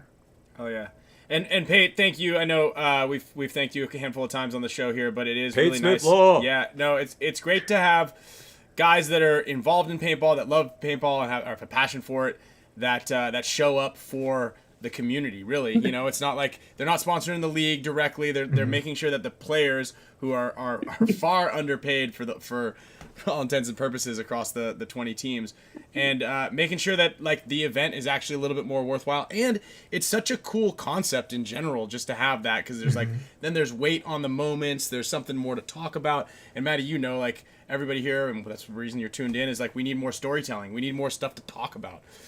You know, Maddie's got a treasure trove of notes, and there's all sorts of things to talk about, but it just gives another really cool concept. And then guys are out there like, did you see that move? Did you see my move, Maddie? Watch my move again. Like, I that was the move. I love that we're getting dudes paid, but it definitely makes my job harder. Because then I got dudes like texting me in the middle of the event, like, bro, dude, it's me for sure, dog. Did you see that 3-pack? And I'm like, did you see the other dude's 4-pack 2 games ago? No, Y'all you need were to sleeping. thank Maddie because I would imagine takes a significant amount of thought and watching because Oh it's God, yeah. Yeah, I I have mean- to go back. I mean, I watched all this stuff anyway, but I like know what's at stake, so I sit there and I'm like rewatch it and rewatch it and rewatch it. I'm like, oh, which one's better? And you know, again, but just for the record, I weight love. It's like a gymnastics, you know, because it is subjective, but it's level of difficulty combined with, you know, the skill of the movement, right? So it's like sometimes guys have won this award for pulling on like a low body situation. You know, the guys have won this, you know, again, courtesy of Pate Smith Law. If you need help with your insurance company and a property claim, Pate's your guy. But it's a level of difficulty combined with the moment, right? So if you have a 1-on-3 that you pull off to win the game for your team, oh wow, that was really hard, man, because pulling off 1-on-3s are almost impossible. If you had some media, like if you had like a standard garden variety 3-pack run through in a 5-on-3 that looked really amazing, but no one was looking at you, like, yeah, you go on the list, probably mention you during the event as going on the list, but and we'll see. You know, it's like we start out Friday morning and I start just writing down the list. It's like as soon as I see a good move, I write it down. I'll be like Jonah Jamrose, 0.5, and 3-pack, 2-pack run through to close to win the game, and then I kind of star the ones that I think are huge ones, and then at the end I have to go back and rewatch all those and then rewatch everything to, you know, make sure that we're giving it to the person that deserves it. But But it's cool because, again, I was a pro paintball player, and we're not exactly, driving around Ferraris and living in mansions. So any bit of coin that these dudes can get is a good thing. So, Pate, thank you. And Jonah, So I'll say props this to you. too. Thank you. If any other company wants to take this, there are some other cool ideas that I would like to do, which I want to later run by Maddie. But I don't mind doing other things too. If you're like, hey, I really want this to be mine, and you want to get into helping this, I prefer it not to be a paintball company. But if somebody else wants to take this, take it, and I'll do something else for paintball. I've got Let's some get First things Form in there. I know. We've been trying. We've I been know. trying to see if we can work something out. Yeah. You should have them talk to me, and I can talk about the cost-benefit analysis of kind of what my company's gotten from this, the cost of it, and then kind of the benefits that I think they would get. It's a pretty easy, especially with the amount they spend. My firm's small; doesn't even compare to their marketing budget. But this would be an infinitesimal amount on even a Right. daily social spend. Yeah. And the that's true. benefit is, I would say, it's been significant. I got a case last week, a great case last week from it. So Sweet. 100%. Totally agree. We're about Spicka Span Show's about 200, 350 members shy of wanting to take that over, but it's it's in the pipeline. One day. One Day. day. Hey, One day we'll grow up. one of my favorite sayings, Rome wasn't built in a day, but best believe they're putting fucking bricks in the wall every single day. That's right. That's right. There we are. So yeah, guys, thank you so much for coming on. Rad show. We had a huge turnout for this one also. Did we? So I think we need to say that Jonah, we meant to have you on more often. Jonah, They're either there for you or and for you got to come for do Pate. a game or two, bud, this weekend. Yeah. Let's talk about it. All right. He's gonna have his agent He just hit you said, up. "Let's You hear talk that? about it, bro." You Did you hear hear that? that? He gave me the San Diego no. He just hear gave me the that? San Diego no. Probably maybe for right. sure. He's like, Hey, oh, yeah, my stock is probably up. maybe Yeah. for sure I'll be there. I'm Where's gonna have my Jonah? guy He call said you. he was gonna come. What did he actually say? He said probably maybe for sure. Oh, he's not Oh, coming. we'll talk about it, huh? We'll think about it. My guys will get a hold of your guys and we'll work something out. It's all right. good, dog. It's all good. Hey, I know you got an event to win and you're trying to stay dialed in. I get it, but I got the best seat in the house, and you're forced to talk about the game and analyze it. So, come get some. Yeah. Interesting. I'd love to try it for sure. There it is. Awesome. All right, guys. We'll see you. Sweet. Well, thank you guys for having me. Absolutely. Thanks. see you guys. Later. See you later. That was great. That was awesome. The San Diego no. I just realized I just cut Kyle off too. Oh, did you? Yeah. It's all right. But yeah, I'm gonna give away. So Maddie, I'm gonna grab your picks. Just kind of throw them into me, text them to me at some point in time, and then I'm going to. Oh, chat disconnected. Please wait. Are we still live? We should be. What happened? I hooked up the. we're Yeah, back. I'll take the mask. Can you guys see us? Can you hear us? Are we looking good, or is it just frozen on my end? But yeah, I'm gonna do the spin. Maddie, do you have anything else you want to talk about? Really good job with Jonah. Jonah was dope. Yeah, Jonah's dope. Really good. Really well spoken, like I said. No, he He's is got really it. well spoken. I mean, dude, his dad's awesome. He comes from a great family. I love people that are well spoken. Yeah, man, he's a gem for sure, and he's young too. So I really think that he's gonna have an impeccable career. But yeah, we gotta please help us support us at GoSports / Major League Paintball. We are doing this for everyone out there. It's my constant plea. It has been for years now. Our ability to bring you this broadcast and add in all the things we have over the years and things we would like to add is completely contingent upon everyone's support. So we need our subscribers, and it really could be a fun end to the season. This event is no pomp and circumstance, no hyperbolic bullshit. This is going to be a really fun one. This field seems wild. We could see some upsets. On paper, forced to gun to my head, who am I going to pick? I gotta go favorites. But we've seen a ton of upsets this year too. I'm hoping, entertainment's sake, we're going to see that. And then because if we can keep putting our best foot forward, then hopefully we can keep doing things like ESPN shows and all these other things. So I've obviously longer conversation with that, but and all the storytellers out there, man. It's like what you guys have been doing, Play the Game, Moffitt, all these different guys. Dan Napoli's working on some cool storytelling stuff with the Iron Kids. Did you see the preview for it? The extended trailer? I don't know if I have, but I've definitely seen most of. I think I have actually. but and then Miko was working on All That Matters. He's got that, which is really cool. So I really do truly believe we are heading into another golden age of paintball. What Oliver's doing with the duel, been working behind the scenes with that since its inception. I think we're both generaling the Glorious. Yeah, Yosh will be out there. So we're gonna be until they move places. Yeah, so shout out to Cocker Top, dude that fixes autocockers. I got to get him some guns, but yeah, so but there's just so much cool stuff happening in the game right now. I hope like the macro economics in the world doesn't mess it up, but things are going really well, but it does require a tribe that believes in what we're all trying to accomplish. And yeah, man, there's like stuff we could try to make better. Of course, we've been trying to do that. We're going to continue to try to do that. But we do need everyone's support, but yeah, so I'm excited for the duel and the joust. That's going to be fun at Decay Nations 2 weeks after the Chicago event. Been coaching some teams. That's been fun. Yeah, dude, it's just like things are great, man. Like things are definitely, I think, heading in the right direction. It just requires a lot of constant attention. Yeah. Like Dub Nasty uses Cocker Top too. Yeah, if you got an autococker, shout out. Top's your guy. Yeah. Cocker Top is definitely your guy. I'm eager to get mine back. Dude, I still haven't even talked about Team USA. We'll talk about that in a couple weeks as well. I didn't even get a chance to. I know. 'Cause we had Billy Saransky and Oliver Lang. If you guys haven't seen last week's show, I watched a little bit of it. That was we could have talked to Billy for another 5 hours. There's so many things, and Oliver's like, dude, I'm sorry I asked him so many questions. I felt like we could have kept asking him more. And same thing right here, we don't even get to we barely even break the tip of the iceberg. It's like 2 hours goes so quickly. For sure. But we're going to be doing a pre-show before the event, probably around a half hour, kind of breaking down some of these matchups, a little bit more thorough breakdown of, who's beat who. Because there are some interesting trends out here as far as if you are thinking about who you want to place your bets on with your boys or on Kurgo or whatever. But yeah, or just to be entertained at the end of the day, because that's what we're trying to do. We got to make people care. And this is cool too. I want to give a special shout out to the HK guys. They sponsored Team USA. So did HORMESIS. So did GI Sports. We're all platinum sponsors of Team USA. All the kids. So everybody on the team got one of these bands. It's really well made.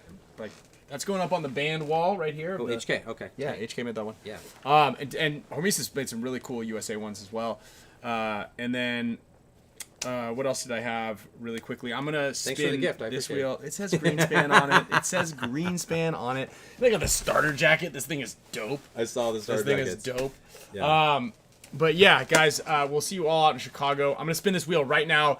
The mega support. This is for the goggles. Grab those goggles. The goggles. This is courtesy of John Dresser as a parting gift from him. And he's still rocking PB Retro. I'm going to steal that lens out of there because JT and I will replace it with a clear lens. But beggars can't be choosers. Also, BFP gear is there's one of these that went unclaimed. The frame here. Let me put it up here. I think it might be too hot to see. So one of these frames, BFP gear donated a couple of these things to the show. And this one went unclaimed. I'm going to hold it for another week. It's Travis Slusser. If anybody knows Travis, those are his frames. If anybody doesn't know Travis and you want to try to get them thrown back in the till, we'll give them away next week. I think I have a couple extra frames also left over. But yeah, I'm going to spin this. And then also, if you're just a member of the show, we really appreciate that support. You can join. All proceeds go to making sure the internet's getting a little bit better. Haven't Dizon won a decent amount before? Dizon's, it's not Ed, it's Ed Dizon, not Ronnie Dizon. Oh, okay. Yeah. Ed Dizon's he's actually, I think the longest, him and Mario Trujillo might be the longest standing members. I'm gonna give a couple of these. I think this is Eric Favon, maybe just won this one.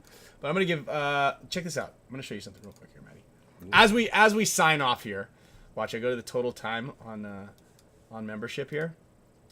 And, oops. 47 months, Ed Dizon. Woo. Callie Mike Lou, 46 months. Mario Trujillo, 46 months. Callie and Mario and John by the hair of his chinny chin. Yeah, but I mean, this is crazy. I mean, Maui Rockstars also, Sour Monkey. Well, you got a decent, probably 26 dudes that have been around for 40 months. Yeah, almost. Since, we're coming up on 4 years here. Dude, COVID brought you the show. COVID brought you the show. Well, yes. Everyone. I meant them. So I'm going to spin this on the side here. Oh, you guys can see all the members there as well. I'm going to spin things here on the side, and I'm going to ship out a handful of prizes, courtesy of BFP Gear, courtesy of NECTR. Everybody gets a NECTR pouch or tin in their outgoing packages. And Gen X Global and our Fawn, we're going to send out some podcatties. And we will see you guys in Chicago.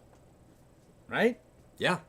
Make sure you I'll guys go leave to it Go on. Sports. Actually, go to MajorLeaguePaintball.com. Yes, Major Put your League Paintball. password in right now. Yes, everything is transferable. So if you have a Go Sports account, it's a seamless. I logged in today. Yeah, I had to do it too because I have a Go Sports account, and it wasn't that hard. But it is something you want to do ahead of time. Do they comp your account in membership? I write that off on my taxes. Got it.